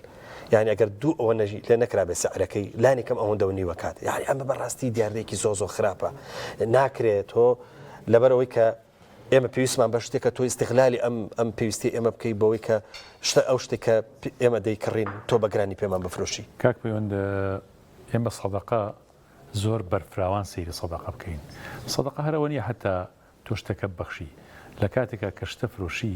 ئەکرێ من قازانجی کەمی بخەمە سەر نیەتی ئەویتی سەدەقەی دەبێنم چەند جوانە ئێمە ئەمە بکەین بەڵام سێرەکەین وەکو جنابی باسێکی کە لە ڕەمەزانە ولا هەتا لە پێش جەژنی قوربانە لە مناسبە گەرم و کوڕە زۆر هەیەجانە یعنی قوڵانەی مانگی ڕەمەزان و هەروەها جەژنی قوربانە سێرەکەین هەموو شتێک گرانە بێت ئەوە تا خواردن گران بووە مریش گران بووە گۆشت گران بووە ئەمانە شتێکی خراپە بەڕاستی هەرچەند نمونەی زۆر جوان هەیە بەڵام نمونە جوانەکان کەمترە لەوەی کە ئەم غیتاء گەورەی کە نمونە گەورەکە پیشانێدا بریتێ لە گرانی کە گرانی خۆی بۆ خۆی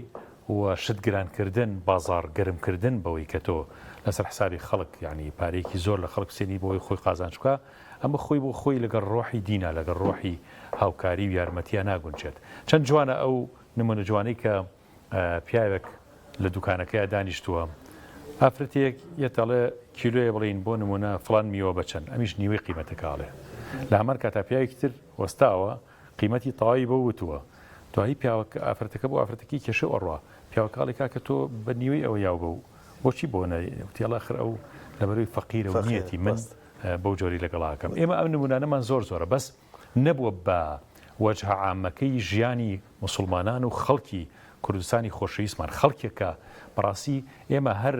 بەخشین لەوە کەم نەکەین کورتی نێنین کە تەنها بریتە لەوەی کە من پارەیەکە بەخشم یا زەکاتەکە بەبەخشم بەخشینەوەیە کە تۆ مناڵێکە بینی کە ناتوانێت ئەو کیلۆیە مۆز بکرە دایکەکە زانی نازانێت بۆ ناتوانێت بۆ سعرە بیکرە با بەنیوی قیمەتەکە بێنێ چەند جوانە ئەمە بکەین قیمەتێژنەیە کاکشێخ ئەگەر بەنیوی قیمەتێژنەیە کاکە بەو قیمەتە ئاسایی خۆی بفرۆشە ینی ئێمە قسەمان لەسەرەوەیە حەزێک مەسەلەن بۆن منە چۆن ئێستا ئیستیغلالەکەی مەسەلەن بۆن منە باسی مریشکت کرد گۆشت کە ئێستا ئێمە زانی کە لە ڕۆژی جەژنە ئەبێ هەموو ماڵە گۆشتی گۆشت لێ بنەوە نیە پێویستی بە گۆشتە ناکرێت تۆ وای لەمە بکەی بڵێ خێچەکە کەسەکە بێ بە هەر چەنە بێ ئەیکڕێت تۆ بە گران پێ بفرۆشی یا مەسەلەن جلوبەرگەکە تۆ مناڵەکە بێت لەگەڵ خۆتا بۆ دوکانەکە آخر مناڵەکە چاوی پێکەوەی لەگەڵ تا نایەتەوە ئەبێ بۆی بکڕیت ناکرێت تۆ ئیستیغلالی ئەمە بکەی شتەکە بە گران بفرۆشی لە کاتێکیشە بە ڕۆژوویت لە کاتێکە کەسێکی ئیمانداری ئەی جێکەوتەی ئیمان ڕۆژوبوونەکە لەسەر تۆ ئەبێ چی بێت کاک پەیوەند ئێمە قسە لەگەڵ خەڵکاکەین یا ئەچیتە بازار بڵین ئەڵێ بۆ چیم شتەوە نەگرانە ئەڵێ من لە عەلوە بۆ نەکڕیمە ئەویتر لەوە یعنی کەس نایخاتە سەر خۆی بە حەقەت بەشی کێکەوێتە سەرێمەوە بەشی شەکەوێتە سەر بەڕاستی دەسەڵات و حکوومەت کە بەڕاستی ئەگەی لە بازار بێت چکە کاتی خۆی ئەگەر بیرمان بێت ئەمنی اقتصاد هەبوو ئەمنی ئابووری هەبوو کە ئاسایشی ئابووری وڵاتەکەی پاراست چەند مهمە بەڕاستی ئێمە وەکو ئێستا ئەمنی ئاسایشی خۆراک نییە لە وڵاتەکەمانە بە ئاسایش و ڕقابەی ئیمانی هەبێت لە ناومانە کە خەمیەوە بخۆین بەڕاستی خەڵک نیەتی بەو جۆرە و یارمەتی خەڵکیش بین چەندێ جوانە ئەو خەڵکی کە ئەگەڕێ بە سوپەرمارکێتەکانە کە دەفتەری قەرزەکان هەڵەیە بیسڕەوە من پارەکەیم ئەمە زۆر دیاردێکی جوانە بەس چەند جوانترە خاوەنی سوپەرمارکێتەکە ئیبرێت لە مۆرگرێ بڵێ باشە من بۆ خزمەتێک نەکەم ئەمەش کە نمونەی زۆرمان هەیە بەڵام حەزەکەی زیاتر بێت زۆر باشە تەمان میوانێکی زۆر خۆشەویستمان هەیە بۆم بەشە لە بەرنامەکەمان دکتۆر زانە ئەحمەد قەساب ئەو لە بواری جیاواز قساکە ڕاستە پسپۆڕەکەی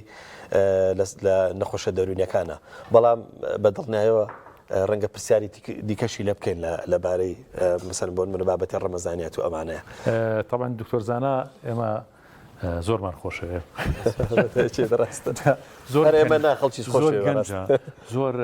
بەڕاستی گەرم و گوڕا وەختی سەیسەمان من هەر خۆم بۆ خۆم نازانم دکتۆر زانەتۆ زەختم دابەزیوە وارە ناوام لێت بەسکە ئەو ببینی و قسە بکە و لەگەڵ تا بدوێ بۆ خۆی زەختە وەرزەبێت زۆر زانە فەرموو زاواتەوە سلام عليك جهاز شيخ تو يلا قريك زختي هبه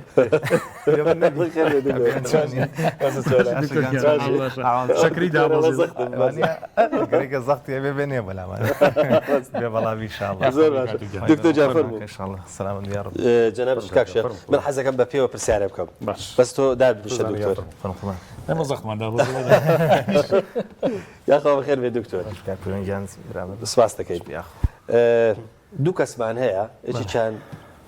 بەم ڕەمەزانە میزاجێکی زۆر خۆشی هەیە زەوق و سەلیقەیەکی هەیە هەریشی پێوە دیار نیاڵێ بە ڕۆژوژ نییە کەسێکی ترمان هەیە تا بڵێ بێتاقەت و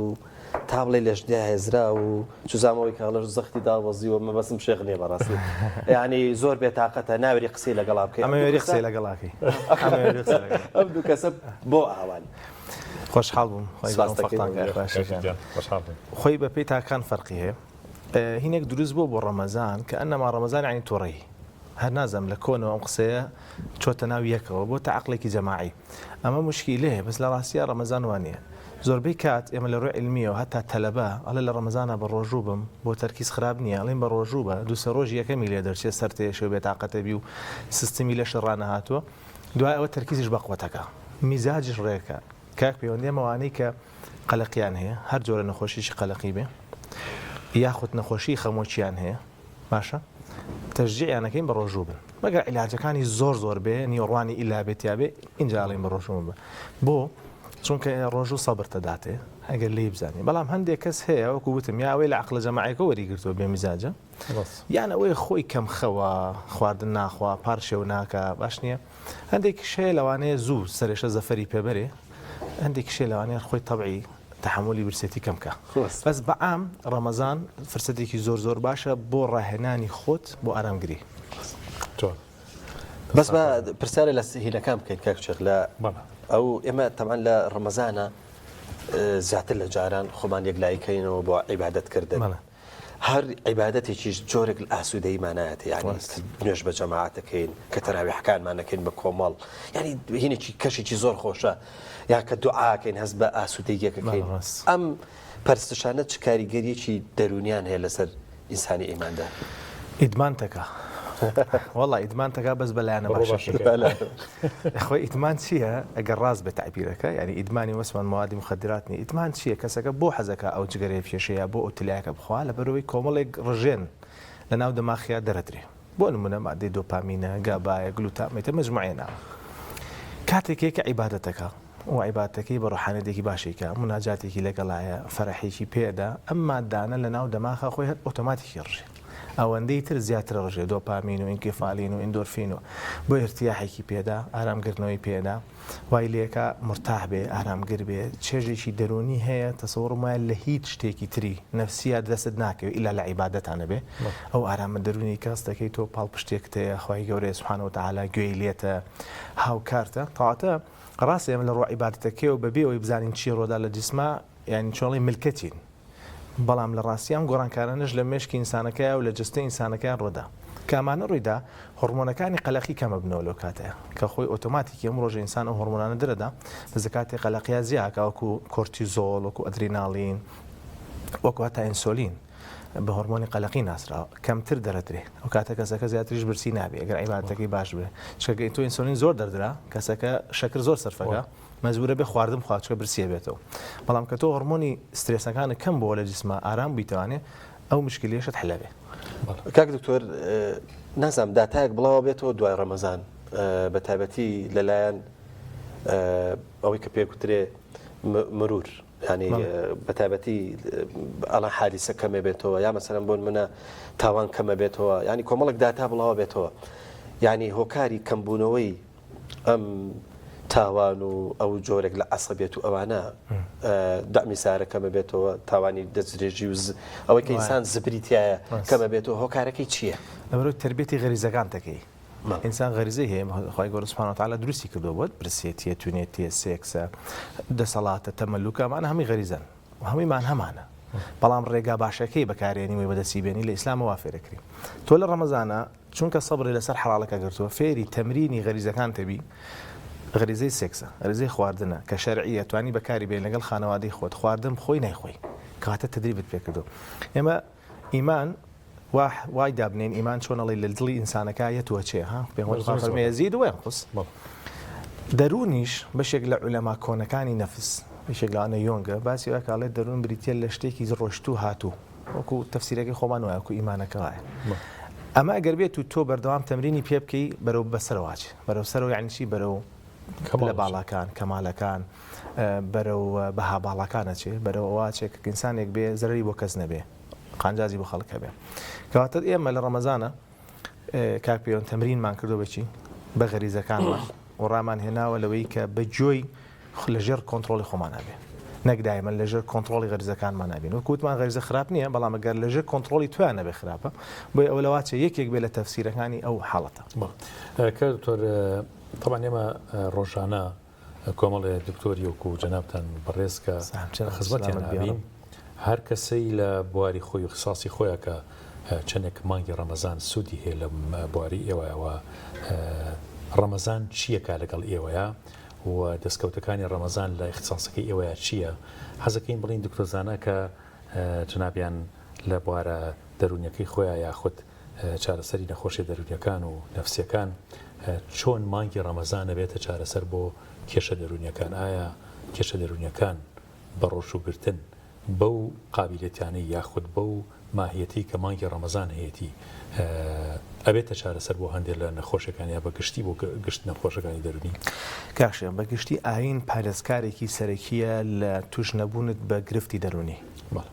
هەتا و پارێزە لە خۆکوژی زۆربەی وانێکیانی خۆیان کوژنە لە کاکە خی گەورە نەبووایە و ئەو دنیانە بەلانە خۆم کوشتە کەواتە پارێزکارێکی زۆر باشە ئەمە خاڵ یەکەم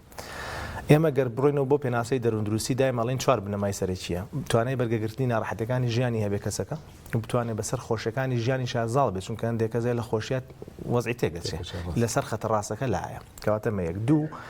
ئارامیشی دەرونی دروستکە بۆ خۆی سێ پەیوەندی کۆمەڵایەتەکانی دروست بن 4 بەرهەمدار بێن ئەم 4 بنەمای دەروون دروستین وەرە بابزانین لە ڕەمەزانە چیمان دەستەکەی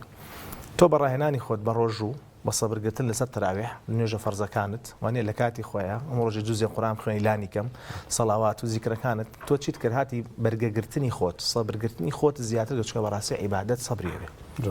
دائما من کە مناڵتر بووم لەو حەدیثە زۆر تێناگەشتم بۆ پێغەمبەری خوا فەرمووی صلی الله علیه و سلم اللهم أعني على ذكرك وشكرك وحسن عبادتك تۆ زۆر سەرەکی زۆر قورسە بەتایبەتی حسن عیبادەتیک هەر زۆر قورسە کەواتە یەکەم شت فێری ئارامگرتنەبی ئەمە خاڵ یەکەم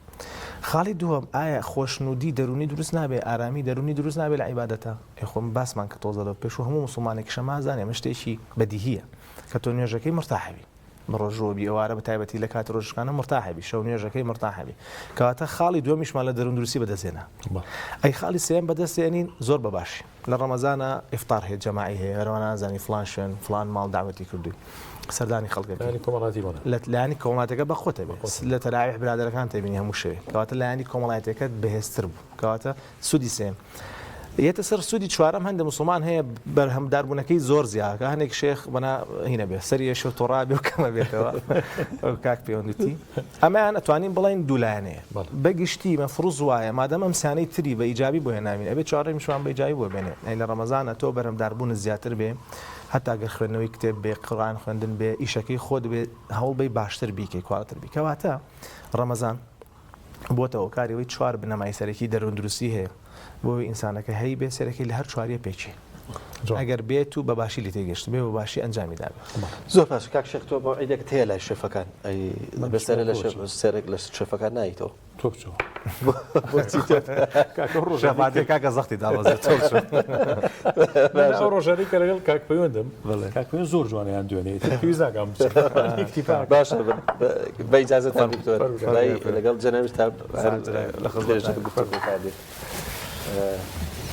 ماشەڵڵا شتی ڕازاندنەوەکەتان دەست پێ کردووە وەختی تەواو سلام علیکم ئاوارە شێف نەریمان وەرە چی کردووەوە تۆ بەس ڕاستانەوەکەت کردووە چی دروستدانەوە زڵاتەیە یا هەر بەس بۆ جوانیشەوە بە خواردنیشە ئەو کاک دیاروتی شتێکی جوانم دروستکە باوی کاکزانم دیارە خواوە وەرم برسی شتێکم بۆ ڕاستێنەوە باوی خۆبدم بەسەرچە ئەو شتێکم بۆ کاک دیارم بۆ کاک دیارگەڵە بە تەنیا خۆم ئەم ئەوە شەڵمەڵێ تۆ پێم بڵێ ئەم بۆ جوانی چی تێک بۆ جوانی هەموو شتیان بڵێن ئەو شتانی جێزەرە پرتەقاڵە هەنارە زەیتونە سێوە لەگەڵ ئەم شلکەیە باشە ئەم ڕازانەوە چەندێک پەیوەندی بە بڕیناوکەوە هەیە ینی تۆ بزانی بە خیاز بیبڕیت بە خیاز سا باسیشی وایە بەرز و نزمەکە جاری وە نابێت قبوڵ ناکەن باشە لایەت ئەمان دەهێنە ئەمان چەندێک لەگەڵەوە پەیوەندی هەیە ئەمە بۆ نمونە ئەمە مۆزیتە ئەمانەوە مۆزیتانە ئەمان کیویتە ئەویتیانە بۆ شێوەیە باو شەوە ئەمە بەس بۆ ئەوەیە کە ئینسان کەی بینێ دوایی هەم لەگەڵ خواردنەکە ئاویشی بۆ بخورێوانە بەتەشی دوایە زۆر باشە دەوەرە سەرەوە ئەوش بڵێتی باینجانەکەی ئەو موسیب ئەوە هینەکە هەرای ناوەتەوە کاکە ئەمە هەرای ناوەتەوە ئەمە زۆر ینی خەڵکی سلێمانی زۆر بەیان ینی ئەوانی لە سلێمانیەژین زۆر حەزان مخەبلاتی باینجانە بۆشم باس کردی و کاتە حەزەک ێساش بپێکات دەکەی بۆ باسەکەمەوە بەڵام زۆربەی خەڵک ئاشنا لای خەڵک جاخرە تۆ ئەسلەوە بێنە کە ئاشنایە تۆ بڵێرەوە بۆی ئاشناتر ئاشنا بێ مەخەبلاتی باینجان جێزەرمان پێویستە باینجانە بیبەری ئەلوانە بەڵێ هەروابێتەوە تەماتێ تەماتێ بۆ داوە دەرمانەکەی زیرەمانەوێت دایمە بێت زیرەی تیابێ ئەمە زیرەی تیاب لەگەڵ بیبەری ڕەشانی بۆ نمونە ئەمە پێڵەن چی پێڵەن کار دیار بە کوردیەکە خۆمان ئاڵاتی ڕەش ئاڵاتی ڕەش بڵێ ئاڵاتی ڕەشی ئەبێت یابێ ئەمە کەچەبمانێ کەچەبی شیرن لەگەڵ ساسی فامیلیە لەگەڵ یەک تۆست ڕبانارەتی ئەم شێوە دەچێت دەست خۆش شێف دیارەڵی پێگەیشت ئەوڵا پێگەیشتوتم پێم گەیشت زۆر باشە دەست خۆش زۆر چاکە خزمەتە ئێسامان هین بوو ئەوە قەزاتمەکەیە قەزاتمەکە بە گۆشتی نەرمە لەگەڵ لیمە بەسرا و پەتاتە و تەماتە و ئەو بیبەرانە دروستەکرێ بۆ شێوازە ئەمە تەمان شلەیەوە نییە ئەبوو بەش لە بڵێ سوپەکەیە کە بە نیسک و بە گێزەر و بیبەری ئەلوان شێف دیار سوپەکە ئەبینم زۆر نەکوڵاوە هەرە بێ وابێ کوڵاوە کوڵاوە کەڵەوە نەماناوە لە عساڕە خۆی بێ نیسکە وابێت ئەم دەبێ ئاوا چۆنەوە برنجشت بۆ کردووە بەڵێ برنجەکە سادەیە برنجی سادەیە ئەم ئەو برنجە بکەوتیان زۆر جوانە بدەن کیا ئەسامە قبوڵیە دکتۆر برسیەوە قبوڵیە ئەم نیسکە زوو لای بڵێن کوردەواری خۆمان دروستیانە کرد بەڵام بەم شێوازە دروستیان ناکرد ئەمە شێوازێکی تورکیە کە دروستیەکەن ئێمە بەم شێوازە دروستماکەمە تورکیە ئەتوانی لە ئەستارەشی بێت زۆر باشە ئەگەر ئەمە تامەکەی زیاتر ئەمێنێتەوە خۆشترە بۆ منە شەف دیارە و کاتەوەتی هەچی دەستمان کەوتوێ تێمان کردو چی تایە سامە ئەم سوپە بەس من و شیوان هین دیانش نەریمانی دیانی ئەم نیسکە خڕاک بە عشاری خۆمان نیسکە پانەکە ئەم نیسکە لێنراوە لەگەڵ بیبەی ئەلوان وە پیاس گێزەر بەڕۆنی کۆدیشی تێکراوە و تۆ زەیتی کاشۆشمان تێکردەوە زۆر باش دۆشایی تەماتەش کەواتێسا ئێوە حازرن ئێمە ئامادەین کات ماوە شتێکی تا بانگ دێن دوایی کە دوای ئەمە فەرتەنەگە لە ئێرە بەڵێنەوە بۆ دوایی شەڵاب لە کۆتاییەوە بۆلات کاک پەیوەند کاک دیاڵی خۆشویستان زۆر زۆر سوپاس بۆ پرسیارە نییە لە کاکتۆر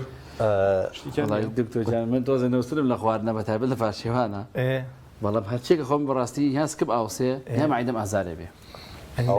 بە تۆ بڵم ئەساتێ من بە تۆ بڵم کەم خۆ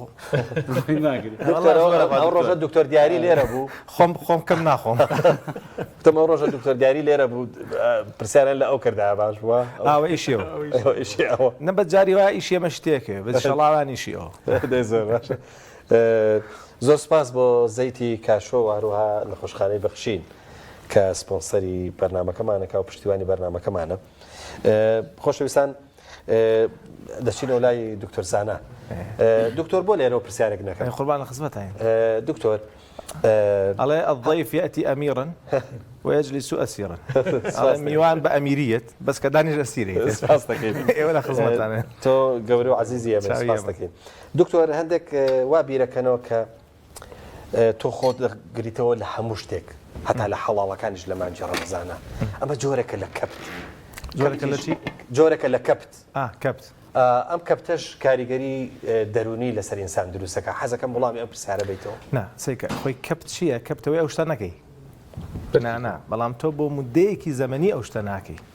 ئەتەوێ خۆت ڕابێنی نمونەکە بە ڕوونکەینەوە چی بۆ قاعە؟ مامۆسای مدەڕیبەکەت پێتەڵێ 2.5 دمبڵسەک هەڵگرە 2 کیلۆ هەڵگرە دوای 3-4 هەفتە بۆ دەگا بە 7 کیلۆ لەوانەیە 6 کیلۆوانیە بەس پێتەڵێ ئەوەندە مودەی زەمەنی بیکایە ئەوەندە جار بیکە وانە وازە چۆن واتە تەمرینەکەی بە عەزڵەتکە ئەم ڕۆژ و گوتنی ئێمەش ئاوایە تەمرینە بە نەفسی خۆت باش نییە بە شەهواتی خۆت بە حەزەکانی خۆت ئەتەوێ کۆنتترۆلیکەی کۆنتترۆلەکەی لە یان زمانەکەی ترە جاوە لە دەستی خۆت دەرەچێ ئەتەوێ بیهێنیتەوە کۆنتترۆلی خۆت طبعا ناخۆشتی بەقوترین غەریزەی چیە برسێتی یعنی کە تۆ ئینسان توانێ برسێتی کۆنتترۆلکە کەواتە ئەتوانێ وردە ڕابێ لەوەی کە غەریزەی تەماعی زۆر کۆنتترۆل چەشع ئەوەی کە دەستەدەی بۆ مافی هەموو کەسێکی بە وانە غەریزەی سێکسێک زۆرەکانی بە حەڵاڵەکە بیبە نەک بە حرامەکە بیبە ئەتوانێ هۆش کۆنتترۆلکە کەواتە ئەتوانێ حقد لە دڵیاتی هەڵ باوەش کۆنتترۆلکە حەسەد لە دڵیاتی کۆنتترۆلیکە بەخالت لە دڵیاتی کۆنتترۆلیە کەواتە لایەنەکەی فیزیایەکی ڕاست ئێمە شتانەمە ناکەین بەس ئەوانی تریشت بۆ کۆنتترۆلەکە بڵ کاتور ئەگەر لە اختصاصی جناب تا زیاتر زۆر نزیکە لەوە بۆ حەزەکەم پرسیارە بکەم وەڕەبتێکشی بە ڕەمەزانەوە یان ببەستین بە ڕەمەزان بە ڕۆژی مانگی ڕەمەزان ئەوی شەوەیە کە زۆر کەس لە کەمی ئیرادەیەتی کە هەگاتە دەرەنجامی خۆکوشتن یا هەر خودی خۆی نەخۆشیە چەند خۆکوشتن دیاردێکی ترسناکە بە تایبەتی ئەگەر یاحساکانی یاخود سەرژمێری کوردستانی خۆمانیا لە ڕووی جیهانی و لای جەنابتان دەستەکەوێ ئەو سەرژمێریانە چەندێ زیایی کرد و چەندێ هەڵکشاوە ئەم دیاردێ طبعا خۆی خۆکوژێر دەمێکار هەبووە بەڵام وەکو داتا هزار خۆشبەختانە لە 2020 تا ببرن لە 2000ەوە هەتا 2019 ڕێژەی خۆکوژی لە جیانە بەرەوکەمی چووە پێی حسای WHO ساڵ 2019 تقریبا لە 136 کەمی کردووە الحەمدوللا ئەمە شتێکی زۆر خۆشە هەبوونی وعیە باش خۆکوژی وەکاری زۆرە بەشێکی زۆری ئەگەرێتەوە بۆ نەخۆشی دەروونەکان بەڵام شەرنی هەموو جارێک نەخۆشیشی دەرونی بێ کە کەسەکە خۆی کوژە جاری وایە مەوسلەی ناموسە حیای چووە فیشەکەینەوە خۆیەوە وازە جاری وایە مەوزوعەکە ئیفلاسە چۆتە ژێر سفر و حیای چووە بەڵام بەڵێ بەشێکی زۆری گەڕێتەوە بۆ نەخۆش دەرونەکان مەسەلەن لە 150وانی خەمۆشیان هەیە و چارەسەر وەرناگرن ئیهمالیەکە خانەوادەی ئیهمالیەکە لە 150 ئەشێ هەوڵی خۆکوژی بدەن بە شەرنی خۆیان بکوژن وازە چوون کەواتە خۆکوژی حاڵەتێکی بەربڵاوە و خەتەریاتە ئاین هۆکارێکی باشە لە پارێزکاریکردنی خۆ نەکوشتنە بۆچکە بۆ خۆی کوژیا شێخ حاڵەتێکمان پێوترێ بێهیوابوون ئیتر کە ئینسان گەیشتە بێهیوابوون یا شێخ یا ڕەبی خۆیان کەس نەیداوە کەس ئینشاءڵڵا کەس پێی نەگا تایبەتی هەندێک لە نەخۆشیەکان هەندێک باری زڕوفی ژیان ئیتر تەواو ئەمەل نابینە لە ژیانە لێرە دینیەتە پێشەوە ئەڵێ مادەم من ئەم دنیام لە کیسۆ زۆر کەسەوەڵێ بەێمە ئەڵێ دیتۆ من ئەزانم تازە تا ئەم دقەی ئەم دنیام لە کیسۆ نایشەڵ ئەوشی لە کیس ناچەوە شەڵا خۆی گەۆر تەویزیەکاتەوە بەڵام ئەڵە نامێ و دنیاشم لە کیسێکەواتە دین ڕۆڵێکی پارێزکاریە بینێ ئەحسایەکی 2000 هەڵم نەکرد بێ 14 هەر WHO باسی ئاینەکانەکە لە 100,000 کەس لەو ئاینانە چەند کەس خۆی کوشە کەمترین ڕێژەبەر ئیسلام کەوتووە الحەمدوللا طبعا ڕێژەکەم بیر نییە 2 کەسە یا 3 کەسە لە 100,000 کەس خۆی کوشە داتای من نییە WHO پێم وابێ 14 هەلە کتێبەکەشمان ناوی پێی کە هەر باسم کردووە زۆرترین ڕێژە چۆ بۆ وانەی کە مولحیدن 44 کەس یا 43 کەس لە هەموو 100,000 کەسێ 44 یا 43 کەس خۆی کوشە بۆ چونکە شتێکی نییە لەو دیوی دەم ژیانەوە بۆی بژی فەقیرە لە مێشکە ئەوە نییە وێل تاواتر لەکە من دنیاکەم چووە با بڕاخۆ و دنیام نییە کەواتە لێرە بۆمان دەرەکە ئاین فاکتەریشی زۆر باشە لێرە تێبینێک زۆر میمەکە شێخ ئاین خی گەورە نێوتووە بەس قورآن خوێنە چاگە بیتەوە یان تۆ شەکرەوە هەبێ قورآن خوێنی تۆ چا نابی بەڵام ئەڵێن بەرەکەتی هەیە 100% دڵنیان ئەمە بەرەکەتی هەیە هۆکاری شیفاایە ئینشاءڵڵا بۆ خەمۆکەکەش وایە بۆ زەختەکەش وایە و بۆ سەرەتانەکەش وایە هەموو ئەمانە هۆکارێکی باشن هەموو ڕۆژە با قورآن خوێنێ بەڵام نابێ وازە چارەسەرە سەیرەکە بێنێ چارەسەرە سەرێکێکە بێنێ پێغمبەری خوا صلی الله علیه و سلم ئەمری کردووە کە تەداوی بکەین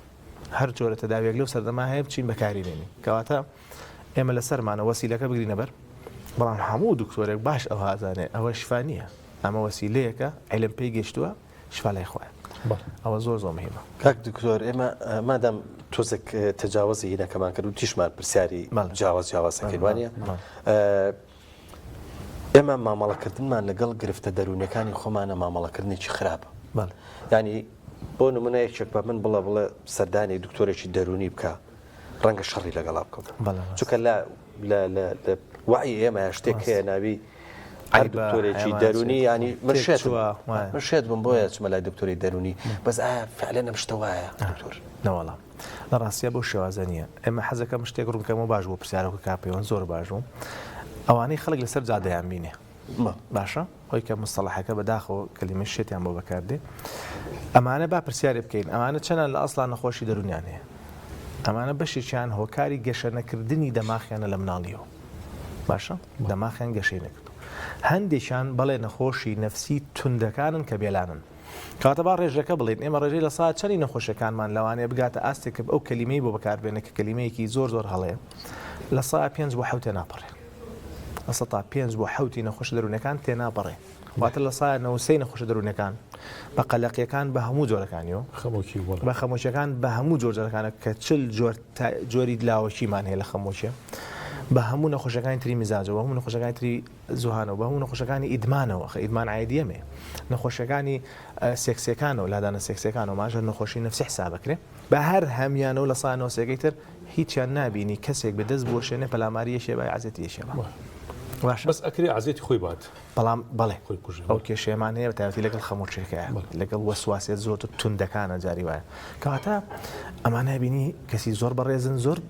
زۆر کاری گەریشن هەشانە ئیشێکی زۆر باشەکە مامۆستایە پزیشکە پارێزەرە وەستایەکی کارامەیە بەڵام گرفتێک یان نەخۆشیێکی دەرونیە کەواتە لێرە ئەومان بدەرەکەوێت خراعیب نییە زۆر ئاساییە ڕۆژە لە ڕۆژان کە من خۆم دکتۆری دەرونیم پێویستم بە عیلاج دەرونی بێ چکە میژۆ شەرم ئەزمەیەک دوورۆدا جەنابەت هەر کەسێکی گوێی لێمانە ئەزمەیەکە ڕووەدا چکە بەشێکی بایۆلۆجیە هۆکارەکەی بەشێکی گرفتەکانی ژیانە کۆ بێتوانێت ئەویش هەر گۆڕانکاری لە بایۆلۆجی دەماخی کەسەکەیەکە من دایم بە کەسەکەڵم لە دوتم بۆم حەوم خۆمەڵم کاک لەو سەقفە دڵۆپێ ئاو بەردەوام بدیا لەو عەرزە چی لێکە ڕات توجان کونیەکە هێڵم تۆ 3 ساڵەوەی والله ڕاستی کاکتۆر گۆڕانکاری بایۆلۆجی لە دەماختا دروستەکە یعنی ئێستا تۆ کابراڵێ وڵا عیبم نەبوو لە خورپەیەک و توش شەکرە بوو کەواتە ئەم خورپەیە کەسەکە هەڵگری شەکرە بوو ئەم خورپەیە بوو بە گۆڕانکاریەکی بایۆلۆجی ئەم قسەیە بۆ خەمۆکی ڕاست ئەم قسەیە بۆ وەسواسەکەش ڕاست ئەم قسەیە بۆ قەلەقەکەش ڕاستە الحەمدوللا بە بۆنەی ئەعلامەوە بە بۆنەی خوێنەواری خەڵکەوە بۆنەی ئەوەی کە خەڵک الحەمدوللا بەدوا دەچوونەکە تۆزێک ئەو عیبەی خەریکە بەرەو باشترە چێ ئێستا لە چاو 2000ەکانە بیدایەتی 2000 زۆر باش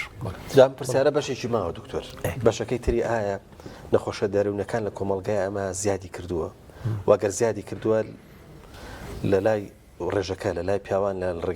لە لای ئافرەتان کامیان زیاترە لەبەرەوەی عەدەد زیاکە دائما ئیحصایی ئەگەر بڕۆی ئیحصایەکە لەگەڵ خۆی سابتە بەس عەدەدەکە زیاکە عین چۆن ئەگەر بۆ کاتی خۆی ڕێژەی خەمۆشی لە ساعت 4 بۆ 6 بوو بێ لە 1000 هەر 4 بۆ 6 بەس کاتی خۆی 100,000 کەسە بۆ ئێستا ملیۆنێک کەستێ فرەگەیشت کاتی خۆی 600 کەسەی بۆ ئێستا 6,000 کەسێ بەس 6,000 کەسێتی ئەوە قسەکەی ئەمە خاڵی یەکەم خاڵی دووهەم لە هەندێک نەخۆشیە لە پیاوانە زیاترە لە هەندێک نەخۆشیە لە ئافرەتانە زیاتر هەندێکیان نۆرماڵە ئێستا بۆ نمونە نەخۆشی خەمۆکی دوو هێندە لە ئافرەتانە زیاترە لە پیاوان نەخۆشی خەمۆچ نەخۆشی قەلەقیەکان بەعام لە ئافرەتانە خانمانە زیاترە وەک لە پیاوان وەسوەسە تقریبا وەکو یەک وایە سکیزۆفرینیا و نەخۆشە زوهانیەکان کە ئاگای لە دنیاکە نامێنێ واقع نامێنێ وەکو یەک وایە نەخۆشی دوو جەمسەر وەکو یەک وایە لە لادانە سێکسیەکانە لە هەندێک لە نەخۆشی لادانە سێکسیەکانە هەندێکیان وەکو یەکوان هەندێکیان ئافرەت زیاتر هەندێکیان پیاوان زیاتر بە پێی حاڵەتەکە گۆڕدرێ کەواتە ئەتوانین بڵێین نیوە بە نیوەیە هەندێکیان ئەم زیاتر هەندێکیان ئەو زیاتر کاتوگیان ئەو نەخۆشی دەرونی کە زۆر کەس پێی مبتەلایە حتا ئەچن بۆ شوێنێکە بە ڕاستی ینی شوێنی ئەوەیە کە عیلاج وەربگرن ینی نان بەلای دکتۆرێکی نەفسی لە هەمان کاتاوە پیشانە درێکە ئەمە بە شێوەیە بە قورئان خوێندن بە زیکری خوا کەمە خۆی بۆ خۆی یارمەتی دەرە بۆ شیفا بەڵام زۆر جار کراوە بە تیجارەت و زۆر جار خەڵکی پێ خەڵەتێنرێ و بازارێکی زۆر گەرمی هەیە ئەو باسە ناچینەوە باسە بەڵام بەبەسمەوەیە لێرە ئەوەی زیاتر خەڵکی ئێمە پێ مبتەلایە بریتێ لە وەسوەسەی قهری پیاڵن وازان قهری زاڵە بێ بەسەریە ئەڵێ دەستنوێژەکەم وانە ئەڵێ 50 جار خۆم شۆردووە هەر وا هەستەکەم کە لەشم پاک نییە ئەڵێ ئەچێتە سەر علادینەکە بڵی دەستی لێتە ئەو دیاردانی کە دەرەکەوێت لە وەسوسەی قاریە ئەم وەسوسەیە کە تۆر چۆن دروستە بێ و عیلاجەکەی چییە لە چکە زیاتر مسلمانی مبتلایە بەم باوە جیاوازی دوو وەسوسە بکەین وەسوسەی ئەوەی کە شەیتان دروستیەکە لەگەڵ وەسوسەکەی نەخۆشی وەسوسەی شەیتان چییە؟ منەمێکارێکی خێرکە مڵە نێکی مناڵەکانە لە برسە ئەمرن پێغەمبەری خوا فەرمێ الأولاد مفسدة مجبنة مبخلة توشی جوبن و ترس و بەخیلی دەکا ئەڵێ مەسەلەن سەلام لە کاک پێوت نەکەی ئەمە وەسوسەی شەیتانەکەی باشە ئەو هەمومان نەزانین ئەعوذ بالله ئەکەی بسم الله ئەکەی ئەوە نامێنێ لە نوێژەکە توێ تۆزە بەدڵی خۆ نوێژەکە بکەی شتێک تەمێشتەوە لە نەکەی کەواتە ئەمە وەسوسە شەیتانێکی ئەتوانین زاڵ بین بەسەریە کە زاڵە بین بەسەریە مرتاح بین ئەمانە زۆر مهمە خاڵانە ئەتوانین زاڵ بین بەسەریە زۆربەی کات کە زاڵە بین بەسەریە زۆر مرتاح بین باشە ئەم دوو تێبینێ گرنگە وەرە بۆمە وەسوسەی نەخۆشی وەسوسەی نەخۆشی کاکشێغەڵێ کاکەجان من دوو تۆجان معقول نیە 15 دەستمەشم ئەزانم دەستم شتووە ئەڕۆم داهانیشم مێشکمەڵێ نەوشتۆ جام ڕۆ بیشۆرۆ لەوانەیە دەست بەی لە یەکێک نەخۆشکەوێ بە بۆنەی تۆ کەواتە تۆ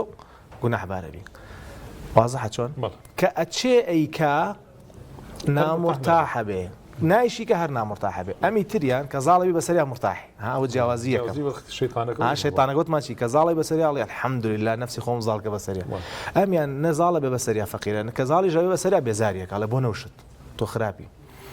جاکاک شێخ وەسوسەی کەمان وەسوسەی مێشکیە یعنی ئەوە زۆر ناخۆشترە لە دەستنەکە ئەوە هیچ نەبێت چی شووە ئەڵێ کاکتۆر معقولە من نوێژەکەم کفرێتە مێشکمەوە ئەڵێ خوانیە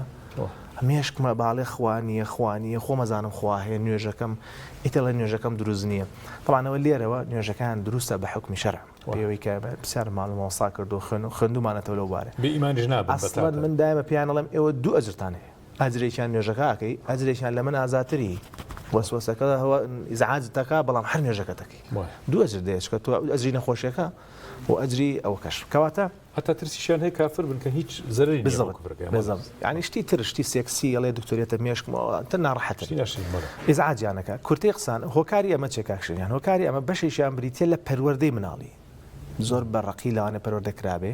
زۆر بێزعاد نەکەی وانەکەی هەندێک دایکێ ئەوە حریصە لەسەر پەروەردەی مناڵەکەی بە پاک و تەمیزی و وانەکەی توانەکەی ئەم مناڵە فەقیرە لە قاڵب بدرێ کە لە قاڵب درا دوایی نازانێت چۆن مامەڵەکە کە دەستی پیسە بەڵێ بخوا مناڵەکەی بیرەکە دایکم وتی دەستی پیسە کاتە ئەشە برشیان پەروەردەی دەرونی بێ لەگەڵ لایانی کۆمەڵایەتێکە باشە خۆی کاتی خۆیان لە مامۆسان تۆزە دەزوێژان سا خەڵک زۆر قورس کرده بوو ئێستا الحەمدوللا وانییە چکە بل ئەسڵا وانییە ئەکرێ ئەو بێ و کارێکی تری بیولۆجیە باشە سلسلەی بیرکردنەوەمان هەیە لە مێشکە داخشێخ ئەم سلسلەیە وەکو قطار وایە ئەڕوا ئێستا تۆ لەم مۆزوعەوە هاتینە سەر مۆزوعات پێشەوە باسی خۆکوژی بوو ئەمە پێوتێ سلسلە باشە بەس خۆمان بڕیارمان ناوە وانە ئەتوانین سەبگەڕێنەوە بۆ یەکەم لە کاتی وەسوسەیە سلسلەی بیرکردنەوە بەبێ ویستی کەسەکە تێگەچێت هیلاکە بێ ئەیە بگەڕێتەوە سەر ئەسڵەکە ناتوانێت بگەڕێتەوە کە ئەگەڕێتەوە ئیزعاجە بێ کە بەگوێ مشکیناکە هەر ئیزعاجە بێ بەگوێیەکە هەر ئیزعاجە بێ گەیشت چۆنە تاوان دوو شوێنی سەرکیمان لە دەماخە هەیە بەشی پێشەوەی دەماغ لەگەڵ خواری دەماغ بتە بەیزەڵ گانگلیە ئەمە بەشی پێشەوەی دەماخە لەگەڵ خواری دەماغ ئەم دوانە کۆنێکشنیان هەیە پەیوەندیکی زۆر عجیبیان هەیە هەموو ئینسانێک وایە ئەم پەیوەندی خەلەلی تێگەیە لە ڕێگەی گوازەرە دەمارەکان خەلەی تێکە خەلەلی تێکە ئەم وەسوسە توندەی لەسەر دروستەکە بۆیە ئەگەر ئاسێکی کەمی وەسوسی بێ ئەمە دەرمانی نادەینێ ئەڵێن بڕۆ بۆ لای معالجی نفسەکە تەدریب ڕاتێنین چۆن ئەو مشکەی خۆت عکسەکەی بکەی بەس کە بوو بە توند ئەڵێ دکتۆر معقولە ئەچمە دەرەوە یەمەوە بێ خۆم شۆم بەر هەر کەسێ بکەوم پیسم تێگەی چۆنە ینی هەمانەڵێ دکتۆر هەموو ڕۆژەیەمەوە بێ لێرە بۆ خوارەوە بیشوم ئەویتران کەواتە ئەمە بوو بە نەخۆشیەشی تند لێرە هەبێ عیلاجی بینێ هاتن کۆرسی عیلاجەکەی ئەگەر یەکەم جاری بێ لانی کەم 9 مانگ بۆ ساڵێگە بێ بیدەینێ بۆی نەگەڕێتەوە بووی ئەژە خۆجاوە دای 3 مانگڵێ باش بەڵام هۆکاری گەڕانەوەکەی بەشێکی گەڕێتەوە بۆ خەڵەتی نەخۆش دوای 3 مانگڵێ باشم بانی خۆم دکتۆر و تێتی بیخۆ نە کۆرسی عیلاجەکەی وایە طبعا ئەگەر هاتوو هەنێکشمان هەیە چێتە 2 ساڵ و هەنێکمان زیاترە کاتەمە بە کورتی هۆکارەکانێتی و چارەسەرەکانێتی ڕێژەکەش کەم نییە تقریبا لە 100 مجتمعەتی بەڵام هەیە کەمە هەیە وسەطە هەیە زۆرە کاک دکتۆر هەر پەیوەست بەم بابەتەوە ئەم بابەتی گرفتە دەرونیەکان بەڵێ ینی هەست دەکەم هۆشیاری خێزانی ئێمەش گرفتە ینی جەنابەت باست کردوتت الحەمدوللا ئێستا وردە خەڵک هۆشار بۆ تۆ ینی پێ ئاسایە گەر سەردانی دکتۆرێکی دەرونیش بکە بەڵام کێشەکە لە هۆشیاری خێزانیە ئێمە مەسەلەن گەنجێکمان هەیە گەنجەکەت مەسەلەن بۆن منە زۆر گۆشە گیرە وەکو پێویست کۆمەڵایەتی نیە ناتە ناو خێزانەکە ینی ناتە سەر سفرەکە بە جۆرە لە جۆ لە هەموو شتە کۆمەڵایەتەکانی ئێمە دوورەکەوێتەوە بۆ خۆی منعەزیل چەندێک ئەمەش گرفتە ئێمە جاری وایە هەیە ئەمە هێڵینەوە پێمان ئاساییە کاتێک وەکو تۆڵەن لە دەستمان دەرەچێت ئەگای ئەجا دکتۆر جاری حل نابێ 3 ساڵە وایە قسەکەی جەناب زۆر تەواو ومان زۆر توش نەبێ کاکەمە لە کێکە وایە وڵی کاک تۆ بینی خۆمان بێ 3-4 ساڵە وایە بەسوان بەشێکم خۆی چاوێ ڕەحمەتی خوا لێ بێ ئێستا هاتووی دەمارەخانە و بۆ من وێران کردووە بەچی بێن مۆتایم ئەلمهم بۆ هەرزەکار هەندێک مشکلیان توشەوێ بەسەریعی ئەمە زۆر میمە خۆزگە هەموو خانەوادە ئەمەی بکردایە کاکەگەن ئینسان کە گەورە بێ هەر لە یەکەم ڕۆژ فێری مامەڵی کۆمەڵایەتیە بێ لەگەڵ مامەڵی نەفسی باشە لەگەڵ تا گەورە بێ تاوان لە ماڵ و خێزان و مەکتەب و هەمووی وەرەگرێت بەس کاگەیتە هەرزەکار شتێک ڕۆدا لە دەماخە ئەمە زۆر گرنگە خەڵک بیزانێ پێوتە پرونین بە ئینگلیزی قەڵەمکردن یعنی دەماغ چیەکە سەر لە نوێ ئەو داتایانی ئەم چەند ساڵە فێری بۆ بە کورتی بۆی خەڵک لی تێبگا بەسەر یاچێتەوە هەندێکی فڕێدا ئیتر عشواییە دەماخە و وایشەکە تەمام هەندێک لەوانەی کە لەوانە فرێدا بریتە لە سۆشیال سکیڵەکان واتە لێ هاتووە کۆمەڵایەتەکان مامەڵەکردن و تێکەڵاو بوون و بۆیە سەرەکی لێرە شەرم دروست دەکات لە کچانە شەرم زیاترە بێ لە کوڕانە تووڕەبوون زیاترە بێ نازانێ مامەڵە چۆن لەگەڵ چیا بکە لەگەڵ دایک و باوک و چواردەورەکەی بکە بەشێک شێگەڕێتەوە بۆچی ئەو بە قەڵەمبوونەی لە دەماخەڕەتە هەمووشمان بەسەرمانە ڕوویداوە ئێستا لەوانە خەڵک بڵێ کاتی خۆی بوانە بین کاتی خۆی دراوسێکە شت من دای ماڵم دراوسەکە تربێتیایی من لە باتی دایکم دراوسەکەم لەم تووڕە بووە تۆش لێو تووڕە بووە کەسیش نیوە ڕاقسەکە دایک شمارۆ دەری دەست خۆش بێ دەی باوکم ێستا مامەکە نایێت بە برازاکەی بڵێ جوان دانیشە حقیقەتە ینی کەواتە کاتی خۆی سیستمێکی ئەخلاقی جوانترمانە بوو کورتی قسانە گەڕێنەوە کەواتە ئەمە بۆ هۆکارێکە هۆکارێکیشان هۆکاری هۆرمۆنی هۆکارێکیشان پەروەردەی هەڵەیە کاکەم ناڵی فێری هیچ نەکردووە کردێتی بە نەستەلە هەموو شتێکی وێ ناوەتە بەردەم فێری نەکردووە تا دووکانەکە بچێ شتێ بکڕێ کاک تۆجان نەوەک شتێکی سوشال میدیا چەندێک وێرانی ئەوە هەر حەدیث وەلا حەرج عەرەبەکەڵێ ئەم عالەمە ئفترازی لێ بۆتە عالەمێکی ڕاست کە عالەمێکی ناواقعیە زۆربەی ڕاز نییە زۆربەی درۆیەوە ئازانێ ئەمە هەموو دنیاە کەواتە کۆی گشتی ئەمانە بۆیە بڵێ هۆشیاری خێزان گرنگە کە گەر مناڵی گەزانی بەو شێوازەیە کاکەمەیە نەبڵای توێ دەرنی بەس دەروون ناسێکی زیرەک لە گەڕەکەتان هەیە کلینیکال سایکۆلۆژیە هەر کەسێکە برادێکی زۆڵ دەسۆدە با قسەی لەگەڵا بکە وانە ئەی جاگەزانین تا خەیرەکە بێنە بلای تورێکی دەرونی بەس تۆ هەر بزارە جارە چیە جاری وایە کاک ئەڵێ دایک و باوکم ئەمەنەم نەقد لێگر نایمە سەر سفر دکتۆرجار لەبەرەوە تااقتم نییە بۆ خۆم لە ژوورەکە من عیزالم کردو هازارە من خەموشیم نیاڵێ ڕاستشەکە ئەمەنی نەقل لێ ژیرا جواندانیشە جوان نام خۆتۆ زلبووی تۆ گەورە بیتەوە ئیتر ڕاستە زیرەکە و بەتوانایشە بەس زۆر تەلەبەمان هەیە یەتە لە دکتۆرجان گەنجڵی کاک تۆجان باوکم یەخشتی لە منێ بە دەرەجە ئێڵە خۆشیان دەرەجە نییە قسەکەشی زۆر ڕاستە یعنی چیە گەر سەتە نێناتەوە بەشەرنیدنەوە هێنا بەشەرینەوە هێنا بەشەر نا کەواتە بالفعل ئێمە پەروەردەکەشمان کێشەیتایە هی خێزانێکەشمان کێشەیتایە ڕاستە زروفەکە زۆر ناخۆش گۆڕا بەڵام بەشێکی هێرەگەڕێتەوە بەرپرسیارەتی بۆ دایکەوە تۆ پێت خۆش درێژەی بەگرە گفتوگۆکە بەیوێنێ لەگەڵ دکتۆرزانە بەڵام ناوبڕێکمانەیە با ناوبڕەکە زۆر خۆش نییە پێم خۆش نییە ینی من مەبەستە مەزانی چی بووم پێم خۆشە بابزانم تۆش بێت خۆشە زۆر باشە بەڵە خۆشەویستان نەچینە ناوبڕێک و دواتر لەگەڵی خۆشەویست ولا كلت خزانة بردوام إن شاء الله.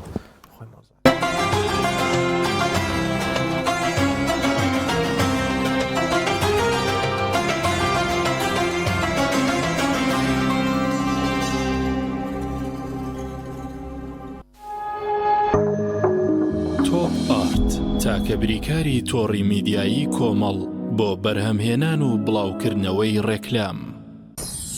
خۆمان تێکەڵەکەمان حاضر کردو و پێویست ناکە بیست هاوکێشەی چا تێکەڵکردن تا بکەیتەوە خۆی لەوە باشتر دەشوە کاتێ وەرشۆنێک لێبنی خۆش دەرەچێت چای مؤمین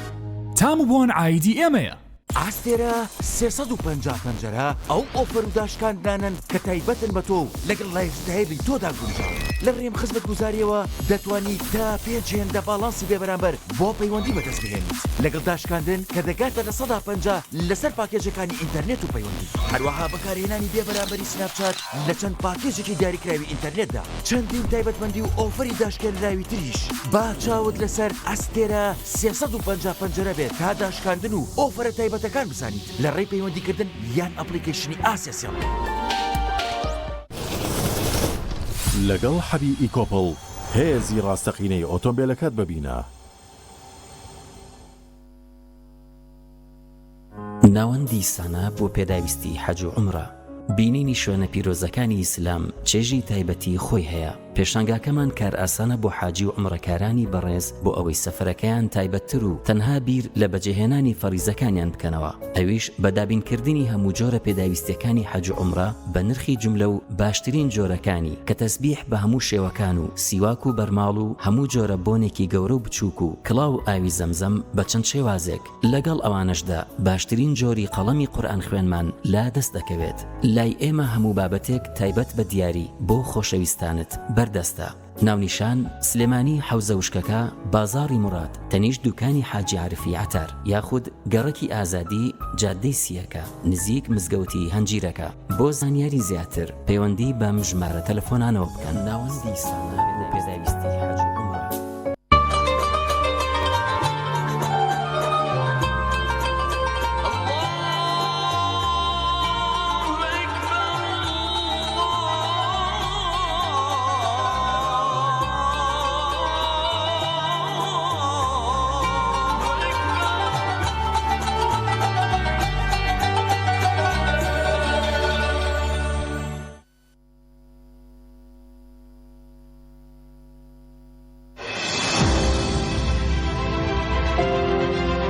پەیمانگەی یادگار پەیمانگای یەکەمەکەی شار ناوتۆمارکردن دەستی پێکرد بۆ بەهێزترین پۆلی پۆلی 12 لێرە بەستافێک لە مامۆستایانی نمونەی و ناسراوەکانی شار بە درێژایی ئەم وەرزە لەسەر جەمڕۆژەکانی هەفتە لەگەڵتان دەبین بۆ ئەوەی ببنە خوێندکارێکی نمونەی و سەرکەوتوو. خوێندکارانی ئازیز ئێمە لەم خولەدا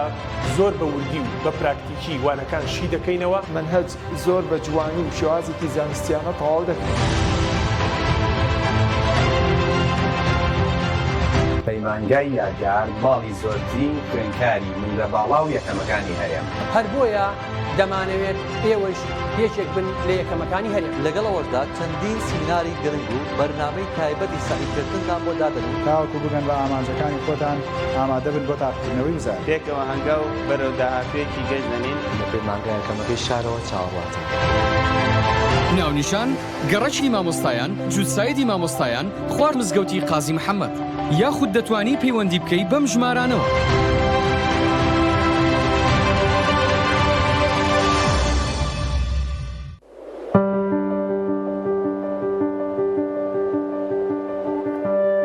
لە ناو سروشتی دڵڕفێنی کوردستاندا لە کەشێکی سەردەمیانەی دڵنشیندا باڵەخانە و ڤێلاکانی مایۆرکا سیتی بنیاد دەنرێت. پرۆژەیەکی ناوازە سەرسامکەر شاکارێکی ئەندازیاری لە هەرجەیەکەوە سەیریەکەیت پارچەیەکە لە جوانی.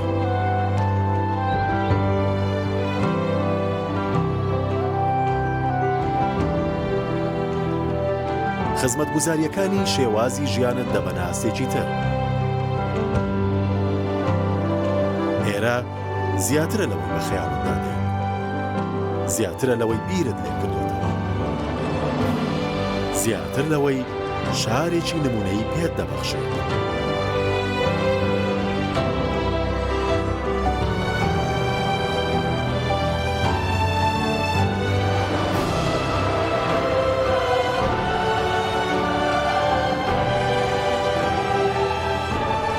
مایۆرکا سیتی جوانیان لە دڵی سروشدا. ئۆڤێرە بەهێزترین موبەریدەی پلاستیک دیزاینێکی نێوتوانەیەکی بێوێنە لە پەڵمانی هەوا فلتەرێکی ئەستوری ئۆرجینەڵ کەمترین دەنگی هەیە و دەگرمانە ماتۆری ماگنێتی تۆربۆیە و 110 پلەی خێرایی هەیە و بە 2 ئەمپێر کارە بەکار دەکات دەبڵ واتەر پەمپە بۆری و پلاستیکەکەی ڕیسایکلین نییە و بەرگەی پەستانی زۆر و ساردی و گەرمی دەگرێت شاشە و کۆنتڕۆڵی هەیە و دەتوانرێت لە ڕێگەی وایفایەوە کاری پێ بکرێت ئۆبێرا شایەنی ماڵی تۆیە گرفتی ئەوەت نەبێت جلەکانت پیسبوون و بۆنیان ناخۆش بێت کاتێک جلشۆری هایسنس بیورجێتت هەیە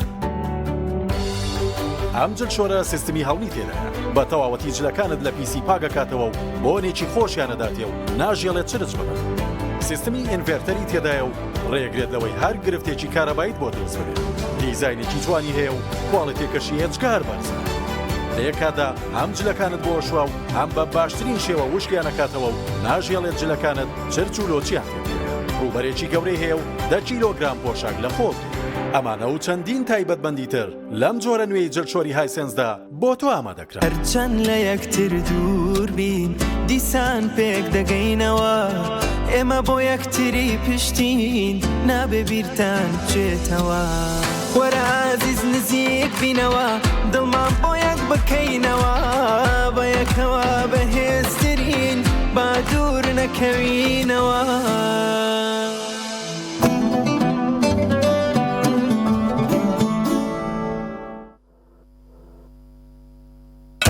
هۆڵەندی ئەسڵی هۆڵەندیە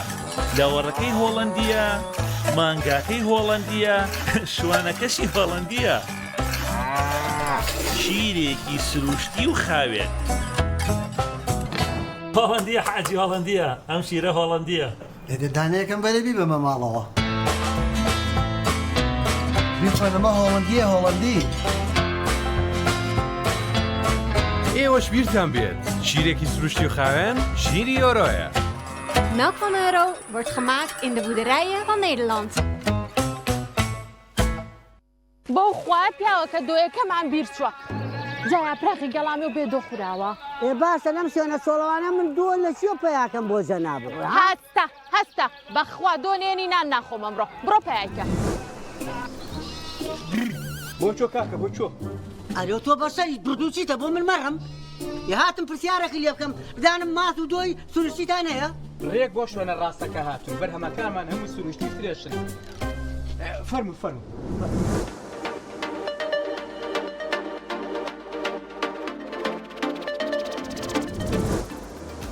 ئەڵێم پیاوەکە با تۆزێ لەم شتە سروشتی و پاک و خاوێنانە لەگە خۆمان بەرینەوە بۆ شار بۆچی تا ئێستا نەچون بۆ لقەکانی خەجێخانم ئەمە هەموو بەرهەمی کاگەکانی خەجێخانمە نەوەڵڵا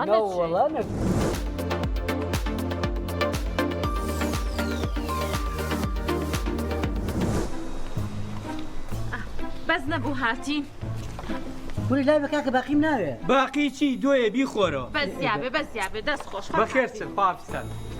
دەفەرم و ڕۆڵە گیان ئەوە ماسا و دۆی خەجێخانم ئەمەیان بینە بەسەرتەوە پەرداخستی ناوێ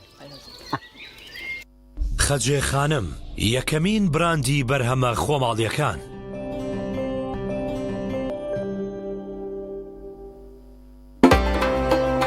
ڕەمەزان مانگی خێر و بەخشندەییە ئەم مانگە لە 150 باڵانسی زیادە بە دیاری وەربگرە هەر جارێک هێڵەکەت بە 10,000 دینار یان زیاتر پڕ بکەیتەوە تا باڵانسی زیاتریش پڕ بکەیتەوە باڵانسی زیاتر بەدەستێنیت هاوڕێتیمان لە مانگی خێر و خۆشیدا زیاد دەکات لەگەڵ زیادبوونی باڵانسا هەر جارێک هێڵەکەت پڕ بکەیتەوە بۆ بەشداری ژمارێک بنێرە بۆ 211 پاشان هێڵەکەت پڕ بکەرەوە ڕەمەدان فێست پێشانگە و فیستیڤاڵی نێودوڵەتی بازارکردن لە ڕەمەزان لە 7 تاوەکو 7 سوار پێش بەربانگ تاوەکو پارشێو کۆمپانیای سەماوات بۆ حەج و عومرە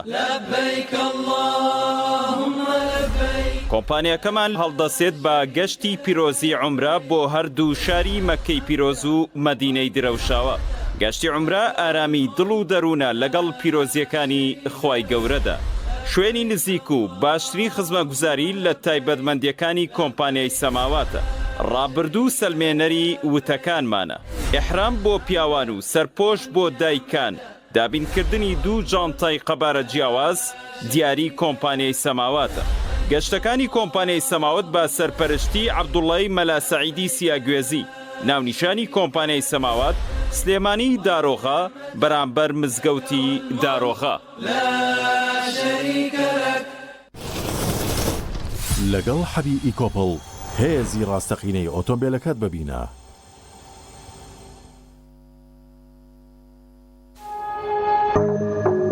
تۆپ ئارت تاکە بریکاری تۆڕی میدیایی کۆمەڵ بۆ بەرهەمهێنان و بڵاوکردنەوەی ڕێکلام.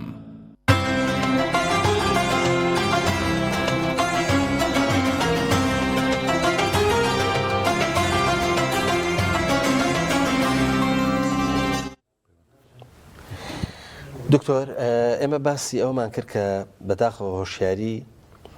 سەبارەت بە گرفتە دەرونیەکان لەناو خێزانەکانی ئێمە کەمە. بەڵام ئێوە وەسێتان چییە بۆ خێزانەکان چۆن دەرکی ئەو بکەین کە مناڵێکمان گەنجێکمان مەرمەداڵێکمان بەرکردەی دەرونی هەیە دەورەکەی چۆن ینی جاری وای ئەو خۆی ئینکاریەکەت باشە یا خۆی ئیهمالەکە بەس چۆن ئێمە مامەڵە لەگەڵەوە بکەین چۆن وا بکەین کە نەخۆشەکە تینی بۆ نێنێ ینی وەکو من لە سەرەتا باسی دەروندروستیمان کرد چوار پێوانەکە چوار بنەماکە بەرگەگرتن و ئارامی خودی و ئارامی کۆمەڵایەتی و بەرهەمدار بوون. ئەگەرم چوارە تێک چوو بۆ ماوەیەکی کاتی مانگێکە سێ مانگە حەو ڕۆژە ساڵێکە سەرێکی ئەم کوڕە منعەزیل بۆ یان کچە لە ژوورەکەی خۆی نایەتە دەرەوە سەرێکی زۆربەی کاتیش کۆمپیوتەرەکەی ناکە بەس نایەتە دەرەوە باشە تااقەتی هیچی نییە هێواش بۆ تۆ لە قسەیە دڵی تەنگ دیارە قسەکانی ئیجابی نین لە مەکتەب دەرەجەکانی هاتوتە خوارەوە ئەوستا 1970 نا زێرەکەی بازا هەڵدەرەچ خێر وانێ شتێک هەیە لە ئارە کەپڵایەتیەکە خەمۆچیەکە خەلەقیەکە شتێکی بینیوە شتێکی بیستووە جاری وای ئەیان ترسێنن کاک بە مۆزوعی سەحر و جن و جاری وایە مەسەلەن حادیسەیەکی بینیوە جاری وایە نەوەڵا دەستدرێژێکی سێکسی مناڵیمانەیە لەگا بیرەکێت باشە لە تەمەنی هەرزەکاریە پێم وتی ئەو پرونێنە نیعمەتی شەو جاری وایە بێت سبحان الله مشکلش دروستەکە شتی کۆنی بیرەکێتەوە لە بەدەستخۆم لێکاکتۆ بیرمێت بە مناڵی دە 12 جا فڵان کەس وای لێ کرد نە ئەوێرە باسیکە نەوێرە بەدایکی بڵێ نەوێرە باوکی بڵێ بەم نێڵێ منژ بدەستکەم بە عیلاج لەگەڵ ئجابە ئەمە لە 1000 کەسایە کەس هاو توانی ئەبێ چەندی ترمانە بە فەقیرە کەواتە کە بینیمان تێکەڵاو بوون و مامەڵە و قسە و ڕەفتار و تۆڕەبوونێکی زیاد لە پێویست نەک تۆزە تۆڕەیە ینی خواردنەکەی بەدڵنیە تۆڕەیە ئۆکەی بەس هەموو ڕۆژێ تۆڕەیە بە چاک و بە خراپ تۆڕەیە تێکەڵی کەس نابێ خەوی زۆر زۆر خراپ بووە باشە سعات 2 خەوێ سعات 6 بە خەبەرە یان کە ئەخەوێ 15 سعات بەسەرێک ئەخەوێ ئێستا دایکەکە لە وڵاو کچەکەی من جوانە تێبینی لێرە گرنگە هەرزەکار تۆزە بە تەبیعەت زۆرە خەوێ وریا بنێنێ ئەوە شەر نییە کەسە زۆر خۆ بڵێن تاوا بێنە نا یەک نیشانەش کافی نییە بێ دووسێ نیشانە هەبێ کاری کورد سەلایانی کۆمەڵایەتێکی لەگەڵ برادەرەکانە زۆر ناچێت دەرەوە لەگەڵ خانوادە تێکەڵ نابێت تااقەتی هیچی نییە جاری وای کێشەی شەرممان هەیە شەرمی کۆمەڵایەتی ترسی کۆمەڵایەتیمان هەیە ئەوەندە ئەترسێ نارستناوەیەکەوە ڕخنەم لێ بگرنەوە قسەی خراپم بێ بڵێنەوە قسەیە بکەم خەڵەت بێ بمشکێنەوە باشعاتەنەمە شکانەوەی زۆری توش بووە جاری وای بۆیە گەشتتان حاڵەتە کەواتە ئەمە کۆی گشتی ئەو شتانەیە بەرهەمداربوون و توانای بەرگەگرتی ناڕاتەکانی ژیان و لایەنە دەرونیەکەی خۆی مرتاحنی و کۆمەڵاتەکەشی کەوتوتە ژێر پرسیارەوە مەجموعەیە لەم نیشانانە کە ئەبینی کەواتە ئەشێ ئەم کاکەیە ئەم دادەیە مشکلێکی هەبێ کۆمەڵایەتی مشکلەکە بۆ بە دەرونی و نەخۆشی دەرونی هەن جاری وایە گرفتێکی دەرونێشکە کەوتە نەخۆشی یعنی عیلاجێوێ یا دەرمان یان چارەسەری دەرونی یان هەردووشی کەوتە گرفت لەوانەیە چەند ڕاوێژی شکەمی بێ لەوانەیە مشکی شتێکی زعاجی کردێ بە دوو قسە بێ نۆتایم ڕاست بێتەوانە لە مێشکە و ڕێک بێتەوە کەواتە ئەمە ئەو شتانەیە گەر خانەوادەیە کەسێ لە خۆی و برادەرەکانی بینی بە هەندی وەربگرێ یەک تێبینی کرد گرنگە مۆزوعی خۆکوژی ئەگەر یعنی کە گەنجێک دووسێ جار پێتەڵە من خۆمە کوژم مەستەکەی بە جددیەتی بە هەند وەری بگرە یعنی من ڕۆژێکیان لە عیادەکەی خۆمە مەڕوویتە ینی کەیەک بۆ عیادا هاوتی خۆمە کوژم ئەبێ بە یەکێک لە خانوادەکەی بڵێنەمە قانونیان ڕێگە پێدرام بۆی خۆی نەکوژێش خەزام زۆر جددیە ئەو کەیسەوا بوو تم کێ لە خانوادەکە دەناسیوتی کێ پەیوەندیوێتی وڵا حەزەکە بۆ باوکمێکی نەچەنە باوکشم باش نییەمانە من هەستمەکرد مبالەغە ئەەکە باوکی خۆم قسە لەگەڵا کرد تم کاک فلان کەس و فلان کەس نەخۆش زانمەوە هەر وایە و دەمێکە وایە و خوا ڕاستیش ناکە فەقیرە 10 ساڵەوە چی ڕاست ناکە وتمەوە بیرۆکەی خۆکوژی هەیە وتی کاک تۆ دوو لە ڕووی جەنابەت چاوی دەرێ لە فەرمو ئەمە باوکت بێت خەمۆکێکی توندت هەبێ من خۆم گوێم لێ بۆ کەس بووی نەجێڕامەتەوە ئەمە وەڵامەکەی بێ ئەمە تۆ چیەکەی تۆ دەفعەکەی بۆی ئەم شتە بکە ئێمە ئەزانین هەندێک مەگەنج هەیە بۆ خۆترساندنی خانەوادە ئەم شتاکەم سن ئێرەی بە حاڵە بڕێمانە بەڵام هەر بە هەندوەری بگرە شەر نییە لەبەر نەخۆ بە هەندوەری بزانە کێشەکەی چییە بزانە چی وای لێ کردو خۆیە بڕێ چی وای لێ کردووە مال لە خوارد نەگرێت چی وای لێ کردووە چەند جارێک ئەم شتە ئەمانانە ئێمە ئەڵێن بە دوای بگرمە دوژمنمان نییە ئەمە مناڵی خۆمانە ڕاستە لەوانێت تەسەڕوفاتیمان بەدڵ نەبێ زۆر لێی پەس بین زۆر لێی بێزار بین ساڵێ دوانە بەڵام لاخیرە مناڵی خۆتە جەژی خۆتە ئینسانێکە بی پارێزەرەوەی تووشی هەڵێ نەبێ سپاس دەکەین دکتۆر زانا کە لەم بەشە لە بەرنامەکە لەگەڵمانە بووی سپاس دەکەین ئەگەر یەک ناوبڕی کورتمان بنێ دواتر بەوەی بەردەوام بین ئینشاءالله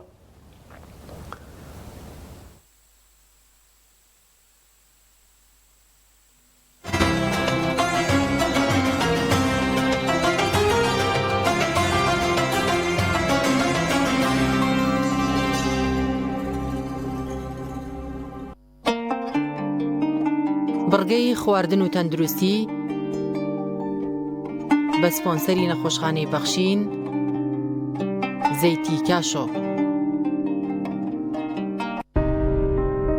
ئێمە لێرەین هەموو کات و هەموو ساتێ بە درێژایی ساڵ ئێمە هەمووان دەبینین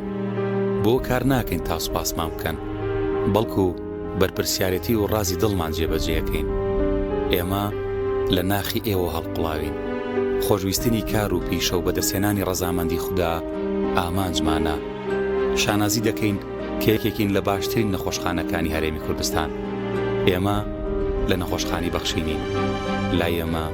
دڵنیاتری کاشۆ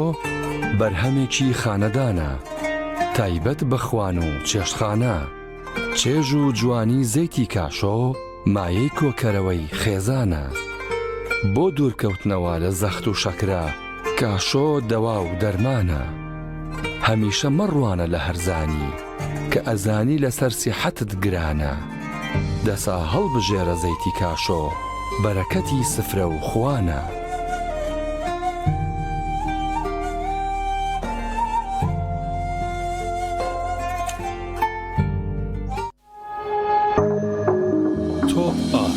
تاکە بریکاری تۆڕی میدیایی کۆمەڵ بۆ بەرهەمهێنان و بڵاوکردنەوەی ڕێکلام.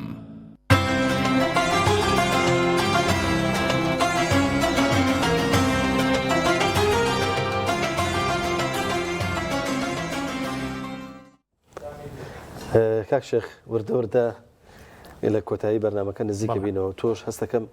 ئەندازەیەک بێ تااقەتی هەیە والله باش باشی مەمنێرە وەلای دکتۆر نا بەلای دکتۆر زانە نا بەڵام بەبەسمەوەی تر وردە وردە ئینسان لە ئێوارە و اینجا ئەم کۆتایی ڕەمەزانە ڕۆژی ئەخیری ڕەمەزان ئینسان تقریبا ئیتر وردە وردە دابەزەیە اینجا کاک پەیوەند من و تۆ ئەوەنە سەیری میوانەکەین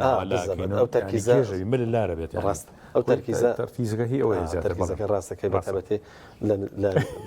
لە نزیکی ئێواران زۆر پێمانەوە دیارە لە میوانەکە بکەین بە هین باشە ئەو پرسیار بکە و ئێمە بین بە میوان ئەومان باشە بێەوە باش نییە وەختی ئەوەژێت بەڵە خۆشەویستان لەگەڵی خۆشەویستە بەردەوامین بەڵام من کاشەکەمان بە حۆڕیەت نیانی تۆ بێ خۆت حەزرکەی بۆ دوعاکان منیش بۆ وڵای شێفەکان هذا فراقي سأنبئك بتأويله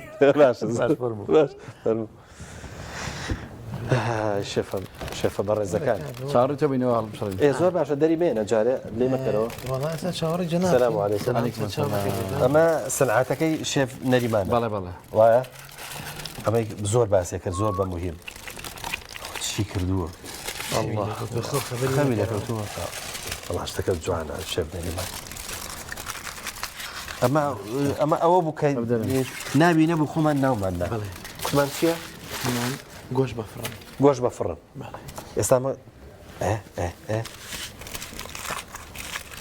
ئادێ بە خێرایی گۆشت بە فڕنمان بۆ باسکە پێکاتەکانی چین پێکاتەکەی قاچکە بیبەری ئەلوانە گۆشتە پیازە ئەی تەماتە تەماتەشی تیا بەس دوو تەماتی تیا ئەی ئەم شتانی تر ناڵم قاچک و بیبەری ئەلوان بۆی بۆنی خۆش بێ و تانی خۆش بێ چی تری تێخی یەک داودەرمانمان تیا نەکردیانەوە دەرمان تیا نەکردێ حەیف زۆر باشە گۆشتەکە کومان گۆشتی چییە؟ گۆشتی حیوانی گەورەیە؟ حیوانی گەورەیە ڕەشەوڵاق بەڵێ ڕەشەوڵاق ئەی بنەمێ ڕەشەوڵاقە بەسمان گۆشتەکەی بڵێن ئەمە هینە پشتە مەغزێ پشتە مەغزێ باش دەست خۆش وڵا شتەکە جوانە شتەکە جوانە شێف دیار تۆ بە بزانین گەشتی گەشتمەدا هەیە ئەو مەرحەلەیەمان باشە تۆ ئەم برنجانە هەموو لێنایە ئەم برنجانە کە بە سپێتی لێنی دوانی خۆت بۆ دیگەسا بە زعفران کراوە ئەو بە بیبەری پارپیکارەکە کراوە تۆ چەند برنج لێناوە ئێستا یەک برنج لێناوە ئەی چۆن ئەوە بەڵام بۆ سپێوانم لێ دەکردووە ئەوانە بەڵێ باشە ئەوە فەنە ئێستا خواردنی ئەم ئێوارەیەمان بە کشتی چییە؟ شەرقیە خواردنێکی شەرقیە قەزاتمە بە برنج و شلەوە لەگەڵ گۆشتی حیوان لە ناو فڕن گۆشتی حیوان بە ناو فڕن لەگەڵ ئەو جۆرە میوانەیە کە ڕازێنراوەتە بۆ من زۆر باشە تا چەند قسەکانی دکتۆر زاناتان پێخۆش بوو؟ دکتۆر پیاکی زۆر خۆشە من هەرزە مەتابعی شتەکانی شێکم ڕاست ویستمان پرسایی لێ بکەم وەڵامەتر بۆ ئیش و کارەکەی مەزغوڵی تۆ دەبڕاستوانی خۆ گلەیتان لێ من نییە بڵێن نەتانێشت و پرسیارکەی گریمان لەوەی هەیە کە ئێوە زۆر باشن بەڵێمێ شێف نەریمان لە کۆتایە چی بە بینەرانەڵێ تۆ نزیکی 2 سەعات و شتێکە لەگەڵ خواردن خەریکی بۆ بینەران ئێستا چی بە بینەرانەڵێ داوا لە بینەرانی خۆشەویستەکەم ئەگەر خۆتان هیلاکەکەن باشتێکی ئاوا جوان دەرچێت باشتە بۆ شێوازە دەرچێت ینی سفرەکەتان ئا بۆ شێوە ڕازەوە باشە شێف نەریمان ئەم گۆشت بە فڕنە یڵا بێ لەم قاپە گڵینەیە بکرێ ئەتوانی بەشتی تریش بیکەیت بەڵام لەمانە هەراری ئەتوانی بەڵام ئەمە شتێکی جوانتر و تامەکە تۆ سیمتیەوە پێچاو سیمتیەوە پێچا بۆیە تویشێت بەڵێ زۆر باشە دەستان خۆش بێت خی گەورە سەلامەتان کە ئینشاءڵڵا زۆر خۆشحاڵین کە ڕۆژانە لەگەڵ ئێوە بەرنامەکەینەوە نزیکی زیاتر لە تقریبا 25 ڕۆژە لەگەڵ ئێوەی هەر ڕۆژە خواردنێکتان دروست کرد و دەستان خۆش بێت هەر ڕۆژێکیتان داوتمانکەمەوەی بیدان لە خزمەتان نابێن نهاری شڵا بەرنامە پێکەواکەین ئەم بەرنامەمان بە شێوەیەک لە شێوەکان بەردەوامە بێن ڕەنگە هەموو ڕۆژێ نەتوانین بەڵام هەلانی کەم هەفتەی جارێکیش بیکەنە باشەوە زۆر باشە بەڵ خۆشویستانێمە لێرەوە بچێتان لێڵین هەم من ئەم شێفە بەڕێزەکان هیوادارم ئەم بەرنامەی ئەمڕۆ جێگای سوودی ئێوە بوو بێ خوای گەورەش لێمە ڕازی بوو بێ چونکە ڕەزامەندی خوای پەروەردگار زۆر گرنگە بۆ ئینسان بۆ ئینسانی ئیماندار و دواتر ڕەزامەندی ئێوەش گرنگە لەوەی کە ڕازیە بن سوود لە بەرنامەکە ئەکەن واروەها بە جۆرە لە جۆرەکان لەگەڵ بەرنامەکە بەردەوامە بن ئیشاڵڵا هەرە هەمووی ئەوانە پێکەوە ئێمە وەکو شێف دویار وتی ئێمە یەک عایلێن ئێستا ئێوەی بینەرانیش و ئێمە پێشکەشکاران و ئامادەکارانی ئەم بەرنامە بووین بە یەک خێزان هیواداری خوای پەروەردگار ئەمەی بە چاکە لە قوبوڵ کردبین و تاکو بەرنامەیەکی دیکە هەمووتان بەخوای گەورە ئەسپێرین و ئەتاندەینە دەست دوعاکانی شێخ کە ئینشاڵڵا دوعاکانی لەگەڵ ئامینی ئێوەیە بۆ ئێمەش گیرابێ خواتان لەگەڵ بسم الله الرحمن الرحيم الحمد لله رب العالمين والصلاة والسلام على سيدنا محمد وعلى آله وصحبه أجمعين ربنا آتنا في الدنيا حسنة وفي الآخرة حسنة وقنا عذاب النار ربنا إننا آمنا فاغفر لنا ذنوبنا وكفر عنا سيئاتنا وتوفنا مع الأبرار اللهم ثبت قلوبنا على دينك اللهم ثبت قلوبنا على دينك اللهم ثبت قلوبنا على دينك اللهم ارزقنا الإخلاص اللهم ارزقنا الإخلاص اللهم ارزقنا الإخلاص يا ربي خوايجان إيمان من سلامتك عفو من كولي من خوش دل من دام زراوك لسر إيمان توفيق من هداية من بردوام من كالسر مانجي بيروزي رمضان لسر رجو طاعة قرآن وذكر ياديتو يا رب العالمين هداية من بالشوكان قدر بوجوريك بيويستا بيان قرين بوجوريك بيويستا ريزي أمشوان الرابقرين بوجوريك تؤتبي يا رب العالمين تو رازي بكين لمشو مباركان يا ربي خواي كان منالا كان ما صالحك يا رب أواني منالا صالحني يا رب العالمين منالا كان صالحك يا رب توفيق يا أنبا أواني منالا أني منالا أن بيا ببخش يا رب العالمين يا ربي خواي كان أواني هريكي شو قرفتو نخوشيو آزار ومينتي كان هي لجيانا يا رب العالمين صاريجي برينا كان يعني كان شیفای نەخۆشەکانیان بدەم یا ڕەبی ئەوانەی تا ئێستا ژیانی هاوسەرێتیان دروست نەکردو بە کەسی باشیان بگەێنە یا ڕەب العالەمین تەوفیقمان بە و هیدایەتمان بە یا ڕەبی خوایەکیان هەرچی کاری ئەەکەین لەبەر خاتری تۆ ئەنجامی بین نیەتەکانمان ساخ کەرەوە بۆ خۆت پاکمان کەرەوە یا ڕەب العالەمین لە هەموو غەل و غەش و فێڵ و حەسەد و هەموو نەخۆشیەکان کە شەیطان دروستیەکات یاخود نەفسی ئەمارە بیسوء دروستیەکە یا ڕەبی خوایەکیان دەربازمان کە لە نەفسی ئەمارە بیسوء یا ڕەبی بمانگێنە بە نەفسی مطمئنە و دامەزراو بەو نەفسەی کەوا دۆست و وەلیەکانی خۆت پێیگەیشتن و هەل لە دنیا بەهەشتیان بینی پێش بەهەشتی قیامەت یا ڕەبی خوایەکیان چاڕێژی ئازار و مەینەتیەکانمان بکە بەلا حەولە وەلا قووەتە ئیلا بالله یا ڕەبی خوایەکیان زەعیفی و لاوازی و پشتبەستنمان بە دنیا بە پشتبەستن بە تۆ بەتەوەکەلنا عەلی الله بەهێز بکە یا ڕەبی خوایە ناوەڕۆکی ئەم زیکرانە لە دڵمانە چەکەرە بکات و بەهێز ببێت یا ڕەبی خوایەکیان هەرچی خێری دنیا و قیامەت هەیە بیڕێژە بەسەر ئێمە و سەرجەم ئەو موسڵمانانەی سەیریم بەرناماکەن سەرجەم ئەوانەی کە بەڕۆژوون سەرجەم ئیمانداران و سەرجەم ئەوانەی کە پێویستیان هەیە و پێویستیش هەرگیز تەواو نابێت هەمیشە پێویستیمان بە مەدەد و کۆمەکیەکانی تۆ هەیە لە دنیا و لە قیامەتە ئێمە عەبدی تۆین یا ڕەبی خوایەکیان عەبدایەتی تۆ ئەکەین سەرکەوتومان کە لەوەی کە عەبدایەتی تۆ بەباشی بکەین و تەوفیقمان بە کە عەبدێکی ساڵح بین یا ڕەب العالەمین تاڵح نەبین یا ڕەبی خوایەکیان تەوفیقاتی خۆتمان بۆ بنێرە و سەرفرازمان کە یا إله العالمین اللهم آمين آمين آمين يا مجيب السائلين ويا أرحم الراحمين سبحان ربك رب العزة عما وسلام على المرسلين والحمد لله رب العالمين والسلام عليكم